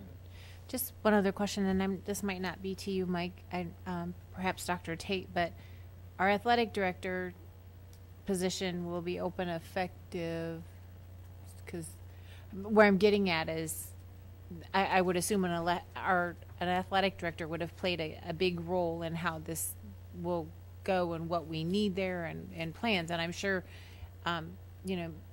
Flynn was involved in that going into this. Mr. Flynn was but the sponsor or Sure. owner of Sure. this project, just as a principal would be Right. in one of the schools. So now what will happen with in his absence as this project proceeds? Well, we're going to have some part-time assistants. Okay. Plus, Mr. Scott will have to take a larger part in it. Okay. That's my question. Thank you. Any additional discussion? Director Snyder. Has anything on the scope of this project changed to where we originally budgeted at 1.3 and it's coming back at 947,000? We had a good competitive bid environment with multiple bidders. There is some, we're bringing network cable to the stadium, which we currently don't have fiber to the stadium. That's a part of this budget. And of course the architect's fees and so forth. This is the hard construction only. Okay, thank you. Any additional discussion? Director Gosa. I mean, looking at all the bids, they're fairly close. There's nothing no curtain pockets or anything that'll be missed on any of this stuff. Everything's been went through. I assume after something happens, you guys comb through it a little more because you look for stuff like Well, that. I always argue for more time during design development for the owner, for the architect, for everyone to get more eyes on the drawings. Because when we do that, we come up with questions, what is this wall type, so forth. We have, I think, a higher quality set of documents, a much less complicated project, of course, a fraction of the overall budget. So I think the scope of work is well understood by the bidders. I think the tightness of the bids being all so close together suggests that all of the bidders had the same understanding.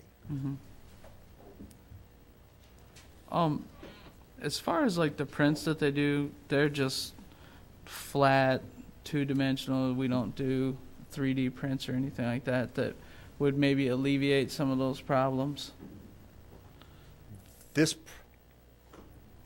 was done in CAD, in Okay. 2D. We are, along with the rest of the industry, moving to Revit to 3D models. And that will be a slow process. But the entire industry is moving to Revit. The district is. This project was not drawn in Revit.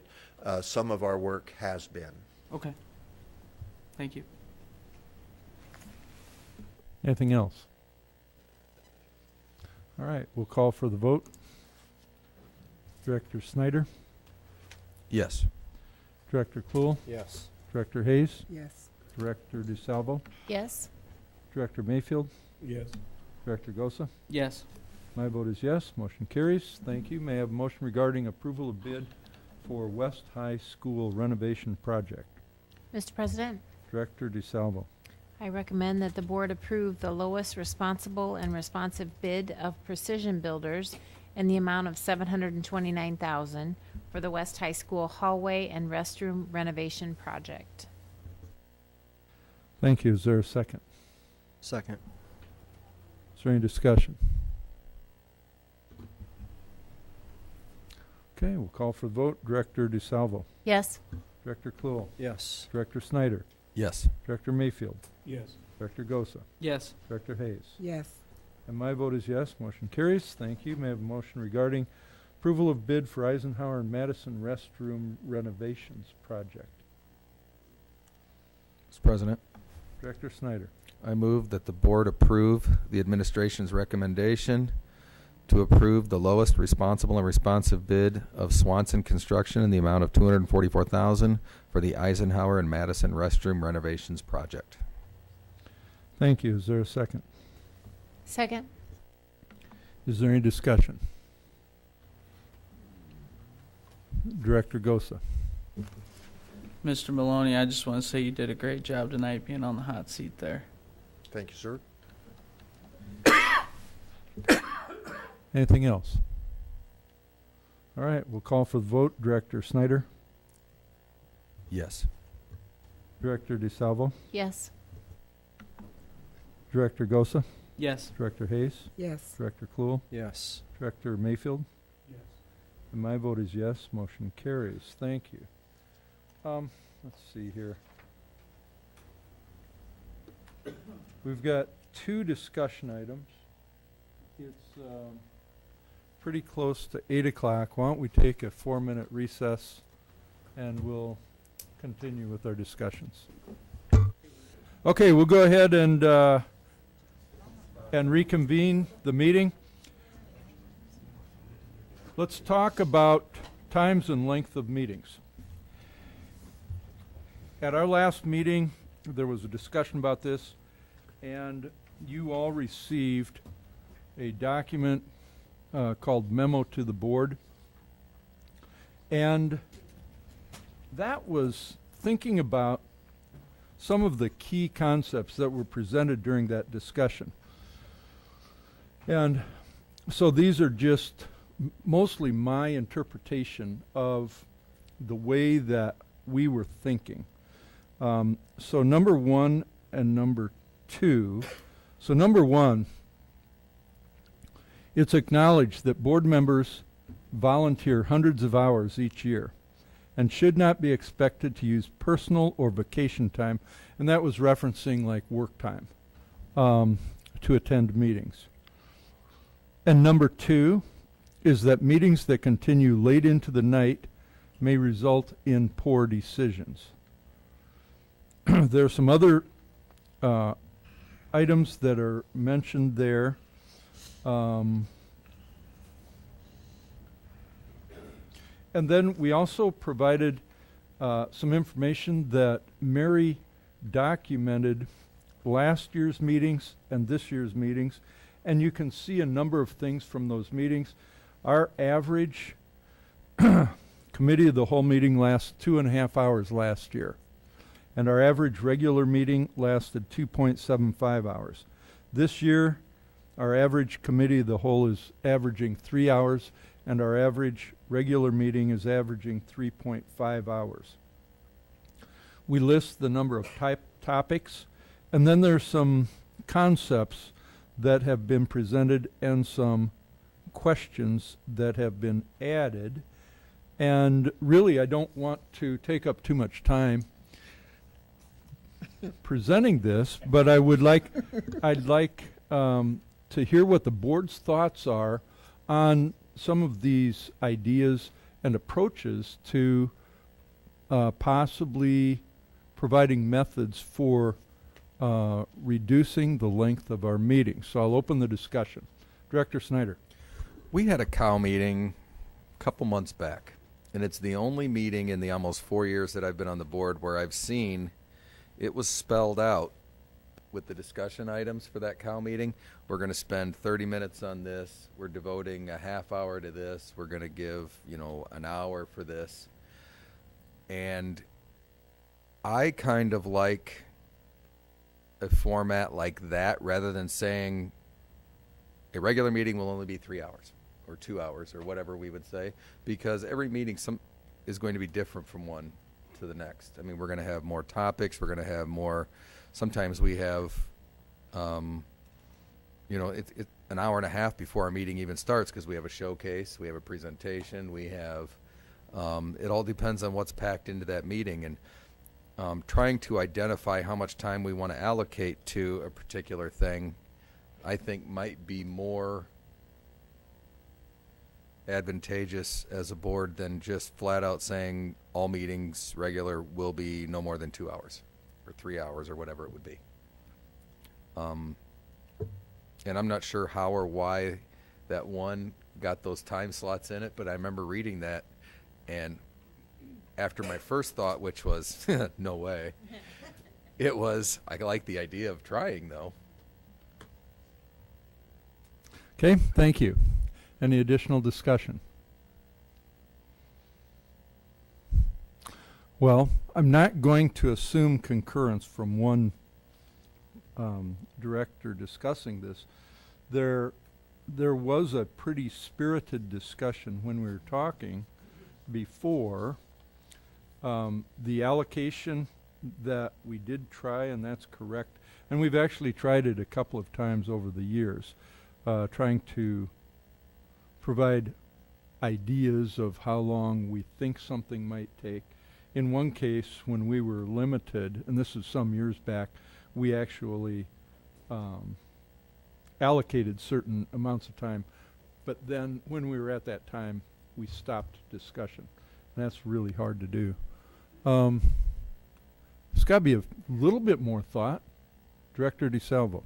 I appreciate the list that you made, because I think you've got a lot of very good relevant points on here, and I think I agree with Director Snyder. If maybe we try to put a time frame by a topic, and again, like you said, I don't like to cut something off, but if we could try to stick to that time frame, it's maybe a starting point.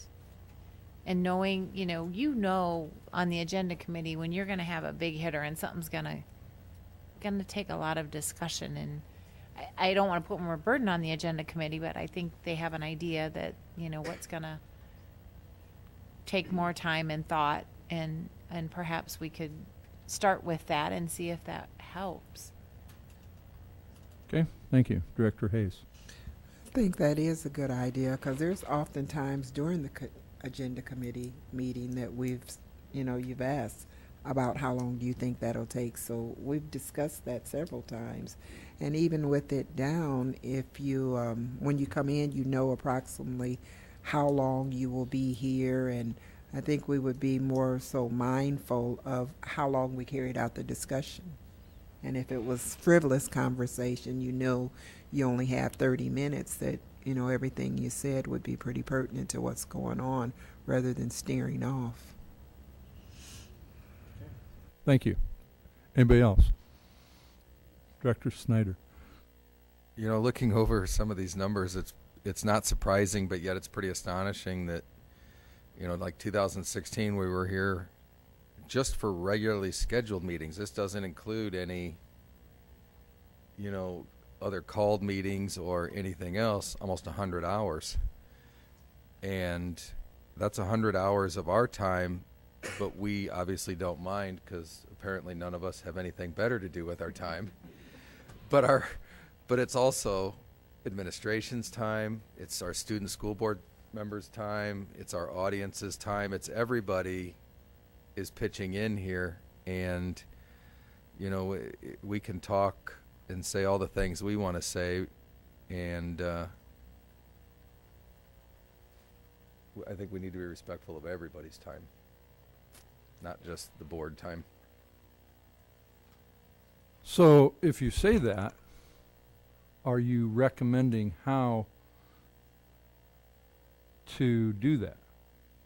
I'm thinking, or I'm saying just what I said before. If we make a conscious effort that we want to try and uphold to some times that we, determine that I think this will take 20 minutes, this will take 45 minutes, where right now we have no time frame.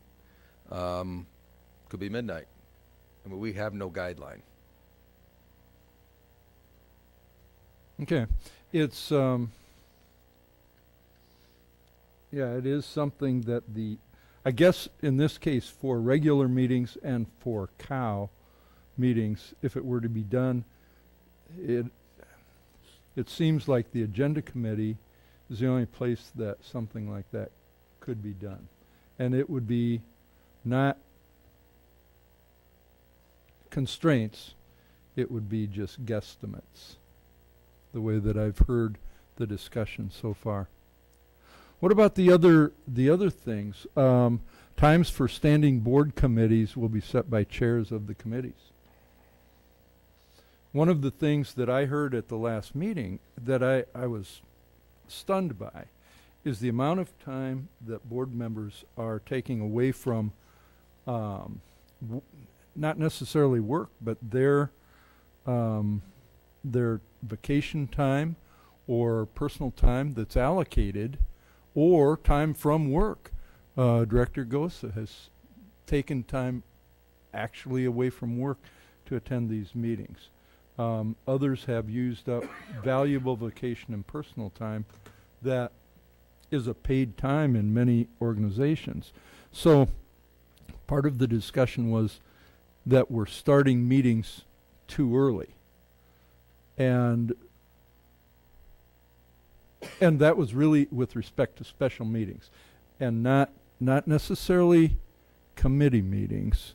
But I do say later that the president will set the times for expulsions, exempt sessions, special meetings. But we can add, of course, that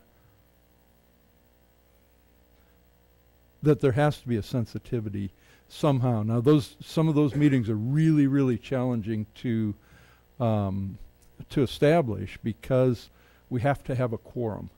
And sometimes it is very, very difficult because we may have to establish a quorum, plus we have to have the parents there, plus the administration. It's a bear, and we're trying to get it all done within a very short amount of time. So sometimes there may be an expulsion hearing at noon or something like that.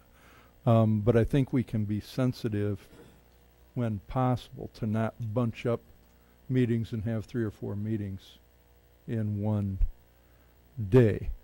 I guess I'm willing to stop the discussion if there's no more. Director Snyder. Well, you asked about committees. None of the concerns that I have are the ones that I talked about last week were aimed at committees, because committees aren't looking for a majority of the board. Most of the committees, maybe 1 or 2 board members, and we select what committees we want to be on based on, do we have the time? So to me, committees aren't anywhere near as the focus as our regularly scheduled meetings, and then our called meetings, to where we are looking for a board majority.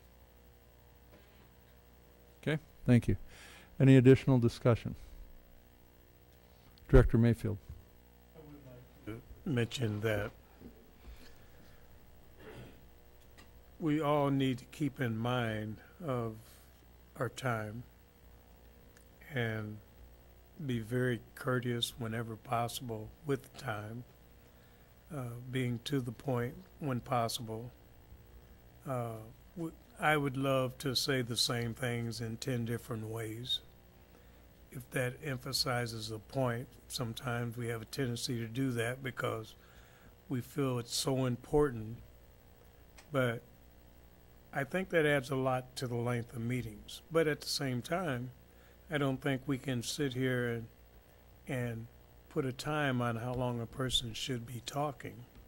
I think that person has to monitor themselves and realize that time is of essence, and do their best to minimize themselves rather than continue on and on and on.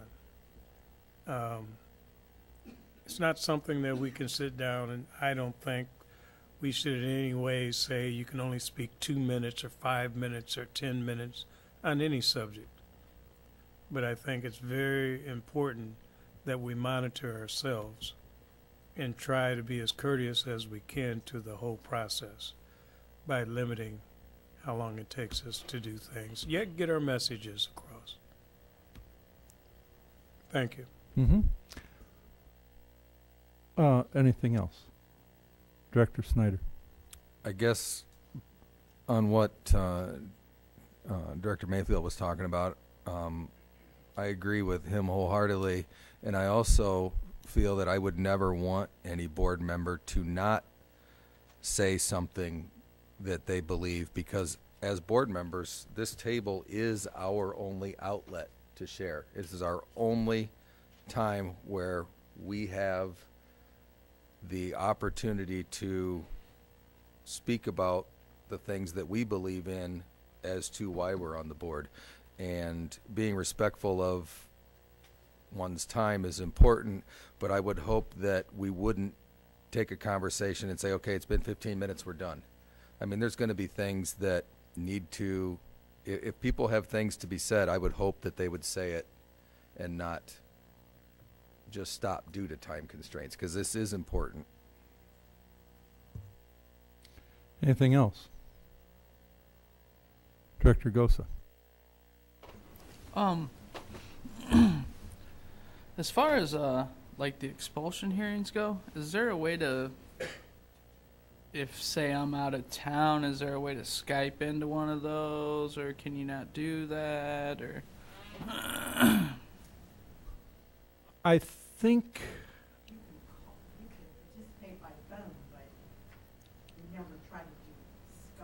yeah, but I think it's legal. Yeah. But I mean, even Skyping, I don't think it's illegal. You can just call in and do those too? But yeah. Really? Yes. Yep. But then you miss out on all the... Well, yeah, that's too bad. But oftentimes, and we're trying to facilitate phone-in participation in meetings, and especially as we move into the new building, some of that will become easier. I know those work out great for me, and I'll be utilizing them here next month. Mm-hmm. Superintendent Tate, did you have something you wanted to say? Oh, okay. Any additional discussion? I've got a couple of things. One is that I appreciate all the conversation here, the discussion, and as we looked at this, we tried to recognize the precedents that the board has with respect to the way that it runs its meetings. And so normally we don't enforce certain Robert's rules, like only allowing either so much time or so much frequency of questions or discussion. And when somebody's on a roll, they're on a roll, and we allow that. And I just want to make sure that the board accepts that we are where we are with respect to some of that, and so that really didn't enter into our discussion of how to modify this. One thing that was interesting in the as Director Mayfield was talking, I was thinking about back in high school. I used to play chess in the chess club, and when you play chess at a tournament level, you have a little time clock, and you're only allocated so much time total to play. And so when you play and you get done, you slap it down and it stops your time. And I was imagining something along those lines for each one of us. Just an idea, but it might help us understand how much time we actually take in talking if we understood how much time we actually speak. The last thing I wanted to ask is the last question on that page. Any comments or suggestions about changes to showcases, presentations, recognitions, open forum requests? I worded it that way to leave it wide open and to try not to suggest any changes, but those are a significant part of the time that we spend at board meetings. And I didn't know if you had any comments on those particular topics. Director Gosa. I would love to see you with a chess clock because I don't think you could do it.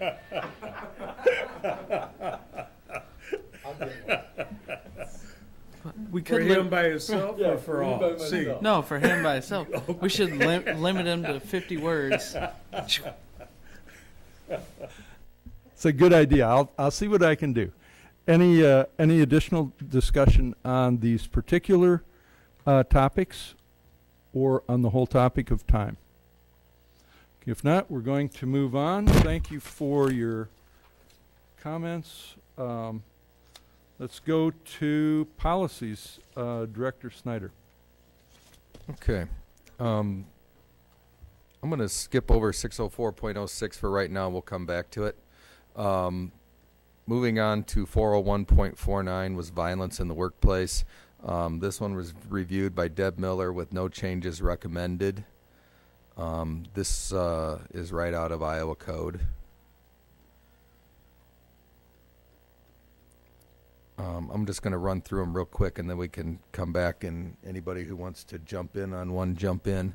100.00, there was no changes at the policy committee that we recognized. And again, this is right out of Iowa Code as far as community relations and district philosophy. 103.03, community relations, gifts to school personnel. Again, this is out of Iowa Code and no changes recommended. 103.06, community relations, public performances and contests by students. This is one that we had talked about. In fact, we had talked about it in regards to removing contests at the policy meeting, because somehow we got on this, I think it was my fault, we got on this kick talking about, was it music or? Yeah, and I don't remember how it was, but then contests was like, well, I don't even remember the whole conversation, but I had like tunnel vision just looking at one particular thing, but when you open it up and look at everything that this policy does encompass, it's not just music or not just speech. Yeah, there you go.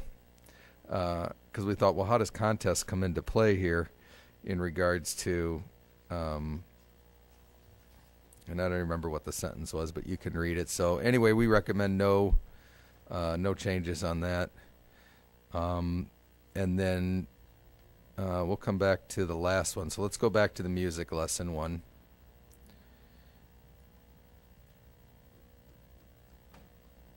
.06. This is music lesson instruction, and this is in regards to the money that we are trying to save in the general fund by taking music lessons and either like doubling up kids or small groups, or rather than individual one-on-one lessons. And it wasn't till after our policy committee and I had talked to a few music teachers, I realized there was one big thing missing from this policy that I'm surprised wasn't in there before. We talk about each student who registers for training shall receive a small group lesson, or right now it was an individual lesson, during the time, direction, special and instrumental instructor. But nowhere does it say how long the lesson will be.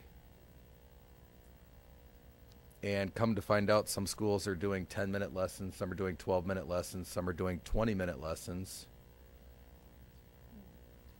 And I think it would be important to add a time element in there. And actually, I have a board request that I'm going to be turning in tonight that focuses on this policy and some of the things that I guess I would like to look at first, but I'd like to open this up for discussion if anybody else has anything to add. And I will say already that Central's band is so large, they're already doing this. They can't provide individual lessons as it is. So. Just I want to say, currently they're staffed at 15-minute lessons. Their So that's staff what at their 15? staffing is. Okay. 15 at 1-5, 15 minutes. Okay. Thank you.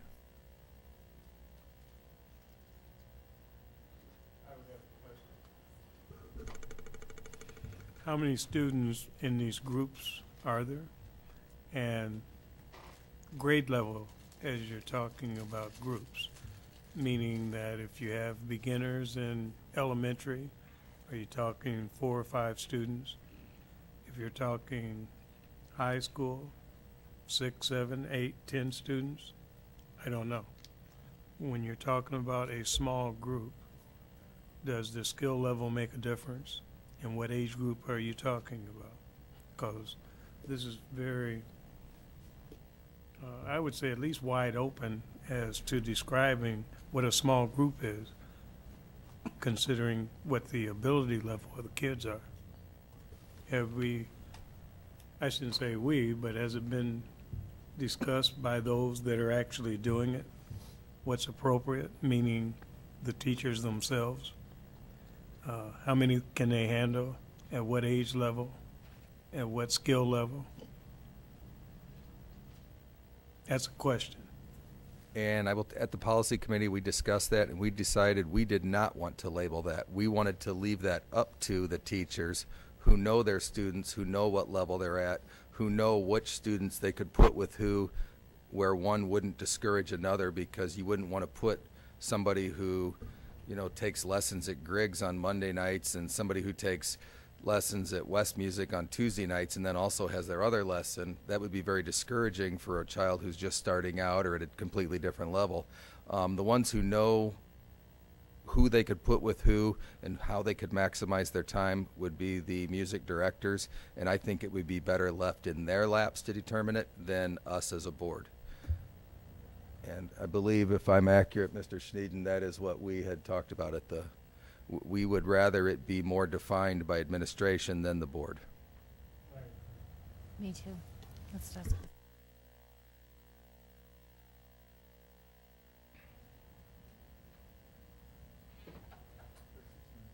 Go ahead, sir. One of the things, the idea of a board policy specifying a certain number of minutes seems contrary to our general principle of allowing the administration and the teachers to determine what's best for the students. I'm just wondering if there's a way to put that into rules and regulations rather than a policy. We've said 1 lesson per week. I know that's what we said, but then I thought you were driving at getting a certain number of minutes into the policy.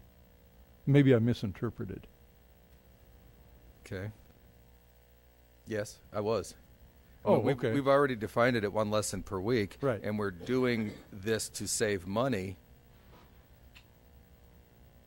I mean, the whole idea of this isn't to advance the progress of our music.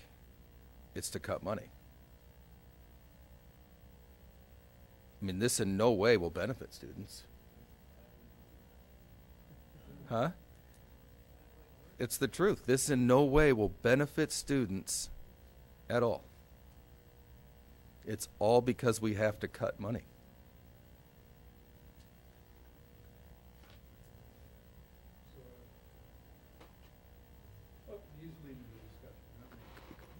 Go ahead, Director Gosa. You had your hand up. I guess I'll ask administration this. What do the surrounding school districts, what do they do for music lessons? That's I wouldn't want to comment on the other districts here at this point. Steve Schwegler has done that for me. I know that we are ahead in some areas. For like 4th grade, we started earlier grades. We've reviewed that at a different board meeting, but I don't remember off the top of my head, so I wouldn't want to be misquoted on that. I can get that back to you. Okay. I would never hold you to that. Director Mayfield. Well, I'll pass on that. Director DeSalvo, did you have something? I was just concurring that I don't think that we want to say how many students they can have at a time. I think that needs to be left up to the teacher. And the time that they can fit into their day. Again, I kind of leave that up to the teacher. I know we're trying to save money here, and I understand that, but I struggle with saying you get 12 minutes. You know, I think that should be determined by the teacher and their availability and the number of students involved, and give them a little leeway in making that choice. I would hate to really pinpoint them to a time. Well, and the only reason I thought of the time thing is because if they interpret that they want to give 25 minutes for 3 kids or 2 kids or whatever, when they could give 10 or 15 minutes to one, then we're not saving anything.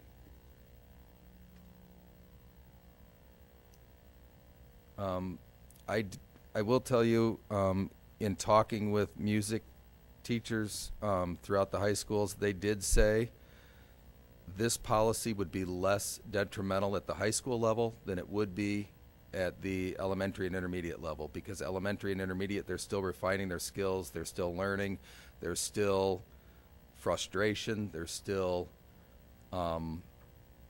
apprehension on the instrument, and it takes that one-on-one ability to get these kids through it. And they were more concerned at the intermediate level in particular than the high school level. So that's just food for thought.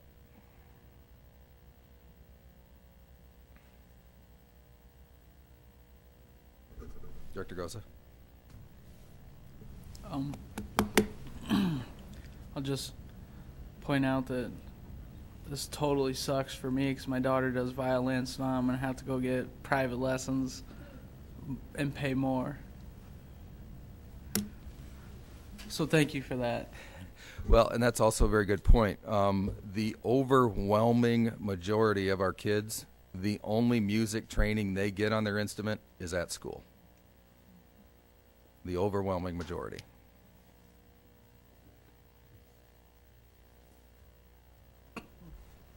May I? Great. I guess this concerns me because we have somewhat a performance school, and Davenport is known for its music programs. And we do need to attract students too, instead of allowing students to leave, as we discussed a little bit earlier. So I question what we're doing and how it's going to affect the attractiveness of our district, because music is so important to so many people. And I think that is one of the things that is outstanding. There are many things outstanding about the Davenport School District, but the music program is what people talk about, and it definitely attracts many students. So if we basically, as you just said, this was going to work okay with older students that have abilities that are not at that beginning stage, but it's so important at the beginning stage for kids to be able to have that one-on-one. And what is that going to do to affect the growth of not only the music program, but later on the attractiveness of our district? Because the music program is so instrumental to attracting. I know Central, for one reason or another, the music program makes so much when it comes to attracting more students to Central. So even though we're thinking that we don't have that one-on-one at Central, it's not going to affect it so much, but it's going to affect those kids coming up at a younger age that need the one-on-one. So it's definitely going to have an effect later on as to how that program grows and attracts students to Davenport schools. But we're sacrificing it for what you say, cost, which will hurt us later on.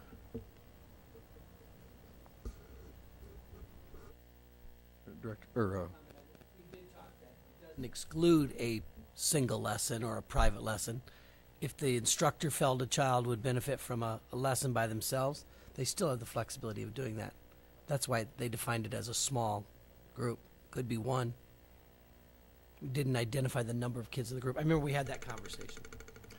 Is that going to be, may I? Yeah, go ahead. Is that going to be conveyed to the music teachers that that is a option I mean, as to? Mr. Scott had said, they won't staff at a private lesson for every child, but if the case is such that a kid, just like any other teacher would give someone individual attention if they needed it, sometimes they can model off another student. It would be more beneficial. Some being motivated by another player might be beneficial. But if the need was there for a private or a single lesson, a small group gave us that flexibility. So Okay. yeah, I would think that we'd want to make sure instructors, especially at the elementary and the middle school level, because they're not staffed at the elementary school based necessarily on the single lesson. And I noticed in this policy that we don't address brass players at all, and I don't know if that just, I mean, it's like it talks about the wind players start in 4th grade and the percussion in 5th grade and the strings in 4th grade, but it never mentions. So I'm assuming they all get a lesson too. You know, the trumpets and the trombones and I don't know why that's not in there. I didn't notice it before. We're just looking to eliminate all the brass players. There you go. Yeah. So we would probably want to either add that or. Yeah, and actually I'm glad you spoke on that too, because I misspoke earlier. When the teachers were talking about who would be the most at risk, it wasn't the elementary schools, it was intermediate. They said they're already grouping elementaries because that's the only option they have in a lot of cases, because they're not allowed to leave a core class at most elementary schools to have their music lesson. They can't leave reading, they can't leave math, because they have to have so much time in those. So they're already doing some groups at the elementary level. It's the intermediate level that they were concerned the most about, because that's where their learning is ramped up. So I misspoke earlier. Good. Director Kluhl, did you have something? Okay. Director Mayfield? Oh.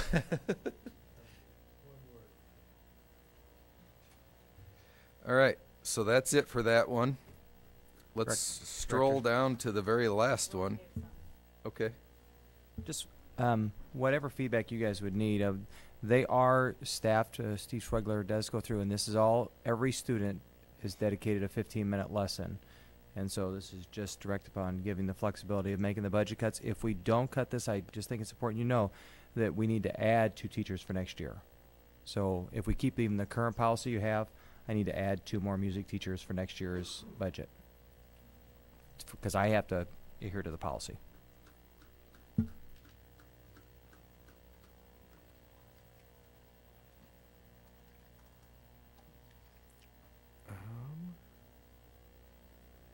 Oh, okay. I guess we missed 2 of them. 307.04. Business operations. Under energy use, it was added, and Ralph was out in a wind tunnel somewhere trying to relay to us over the phone, and we think we captured his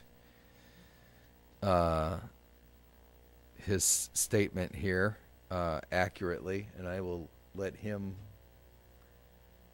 say if this is what you were aiming at. Close enough. Okay. And I will open that up if anybody has any comments, suggestions.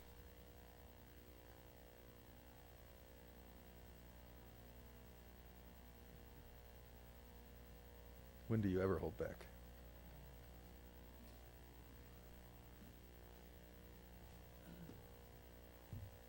Dr. DeSalvo? I guess I feel as a board member this is something that we do always anyway, and I'm a little hesitant to put it in a policy. I just feel like we are almost forcing something that doesn't need to be. I'm not sure that I'm wording that right, but I don't know why we have to put it in a policy. Dr. Johansson? I think that I think we absolutely, as a board, we do not follow that statement. And that statement I got almost as a direct quote from Margaret Buckton. I was talking with Margaret about some of the discussions and directions that the board and that our district are going with respect to the Save Pebble and general funds.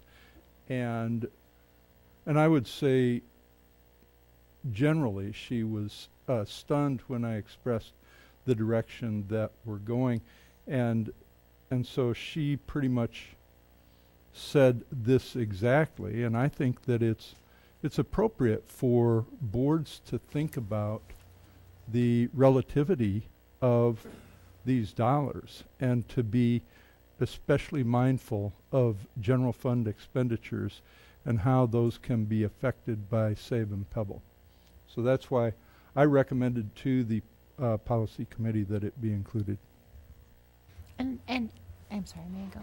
I agree with what you say, but something you said a couple of meetings ago about a choice fixing a bathroom versus hiring a teacher, and that keeps coming up in my head every time we go down this path.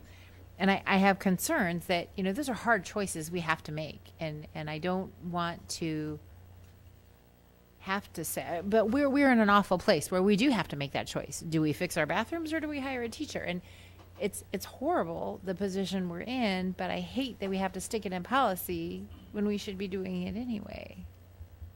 But I struggle that if we make a decision that isn't this, then we're in violation of policy. It says at the end of it, it's got the phrase "when possible." So if it isn't possible, if we need the new bathroom, then we need the new bathroom, and that's something that can be decided. Although I think generally those things would be more likely to be decided by administration even than the board.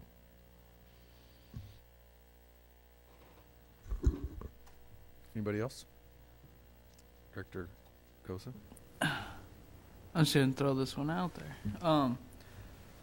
So my understanding with that would be like the $256,000 that Russell wanted.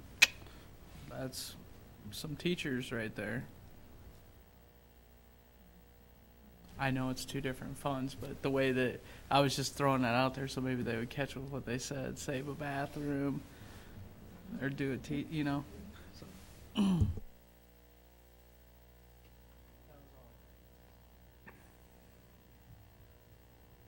Anybody else? If nobody else has anything, I have one comment that I'll add in. I like the statement, but I don't like it in the energy use policy because I think it applies to things outside of energy. I think it applies to a lot of things. My world, for example, floor covering. There's floor coverings you could put in that are lower maintenance that will reduce maintenance costs over the years. They may cost more up front, but they will save maintenance dollars down the road. I mean, there's a lot of things aside from energy use that this sentence applies to, and I think it would be better suited somewhere else. Because I'm afraid we would limit this to just energy, and that's absolutely not the case. Go ahead, Director Johansson. I'm trying to think of those other cases because one of the things that happens in this particular issue, and it is so graphic in the way that Iowa school finance is set up, is that when we can use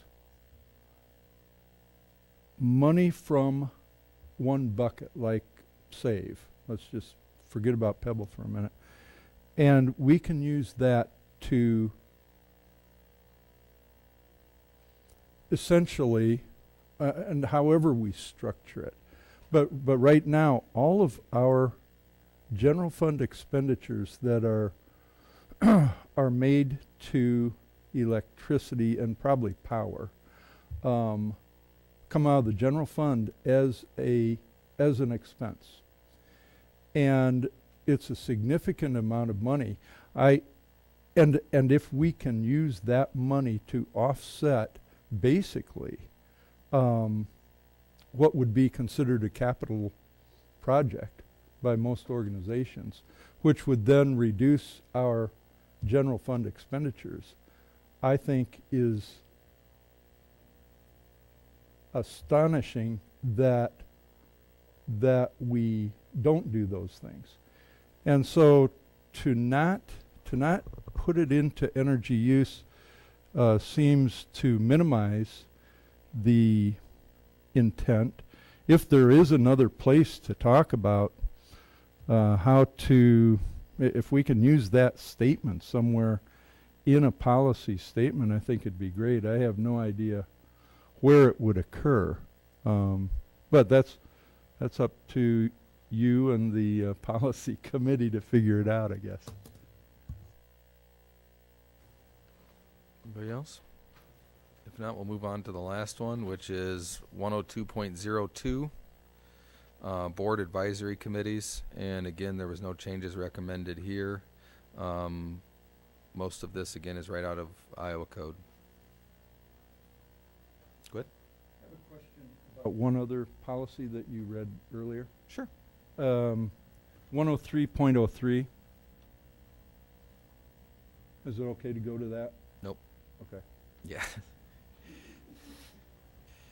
Yes. Gifts to school personnel. All right. And I didn't think about it until just tonight, and I apologize for not thinking about it earlier. But I think that we board members have used this policy and applied it to ourselves.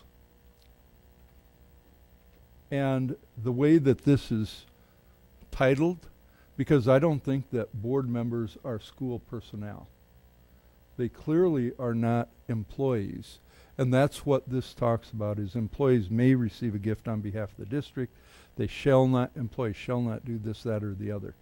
And I just wanted to highlight that because I think that we accept the ideals that are in the policy and think that they apply to board members.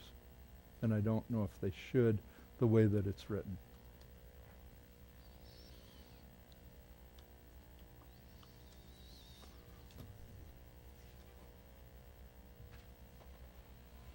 Anybody else? If not, that's the end of policy. All right, thank you very much. Oh. Okay.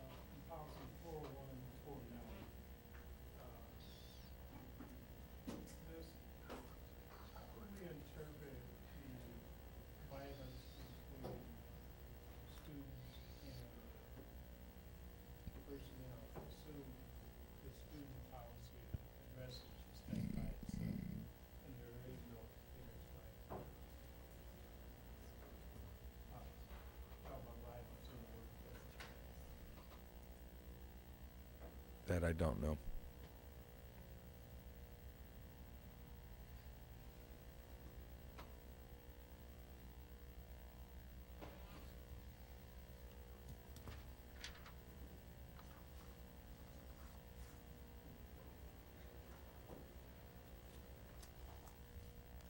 Say your question again.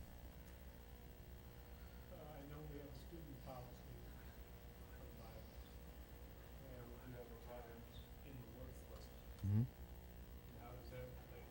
How do they relate to each other? As far as, are they consistently the same? Does it sound like, does student violence fit within violence in the workplace?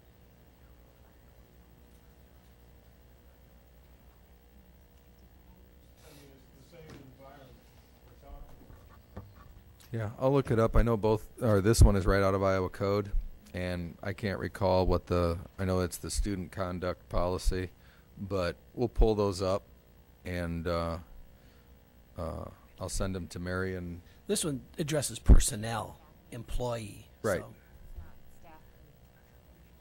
So no, it's we not know. student. I think you understand that, right? I understand. Right. He just wants to know how this relates to.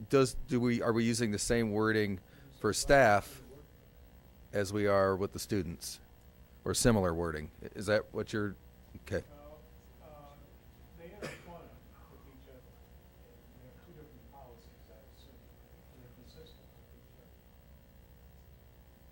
Yep. Because students are in the workplace. Is this just addressing between adults or employees between 100%?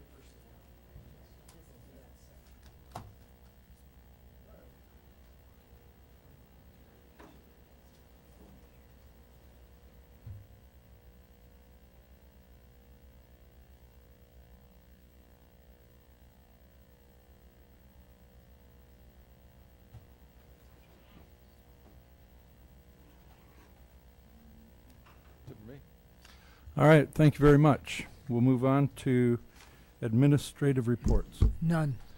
I have 3 board requests here, 4 board requests.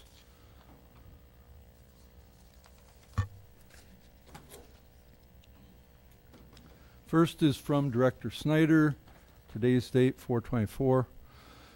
Information request. How much could the district save by limiting the music lesson time instead of doubling up or more kids for their lessons? Also, West is the only high school that provides individual vocal lessons to its students, but at what cost to the district? Why are you requesting this information? Some buildings have 10-minute lessons, some have 20-minute lessons. If we standardized to 10-minute lessons, there would be a savings in lieu of all instrumental students carrying the cuts. Is there a second?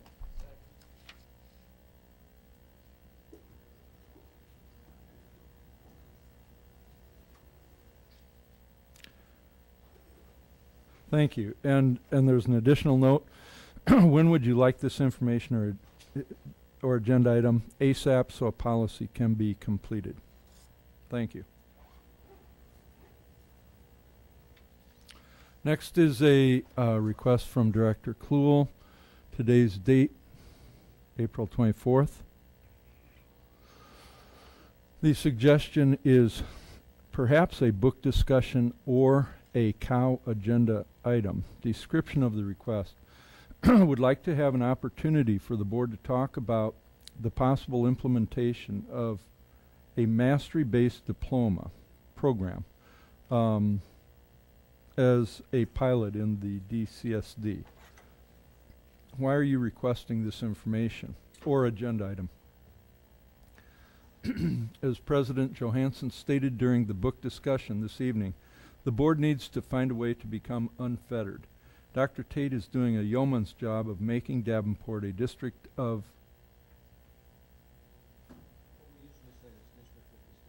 and you wrote discussion. I just wanted to make sure that was what you intended. Wow. Okay. So you intend that to be distinction. I'm going to correct it.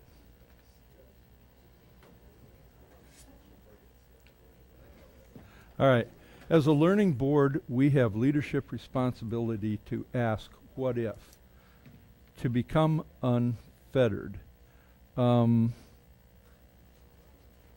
As Director Mayfield stated during our discussion on motion for open enrollment denials, we need to find ways to stem the flow of students out of the district. The board has opportunities to decrease the exodus of students from the district. The board needs to spend time and ways to make a difference. Is there a second?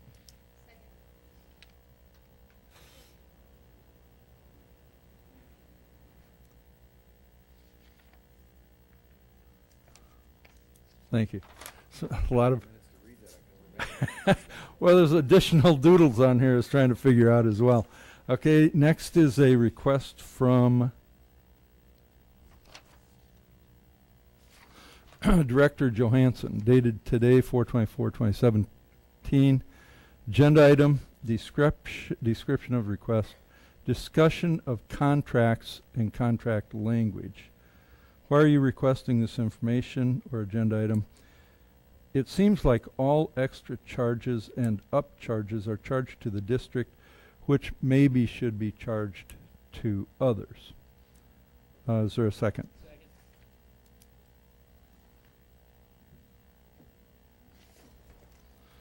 The next one is from Johansson.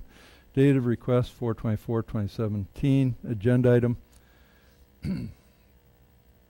Description of request. A discussion of predicted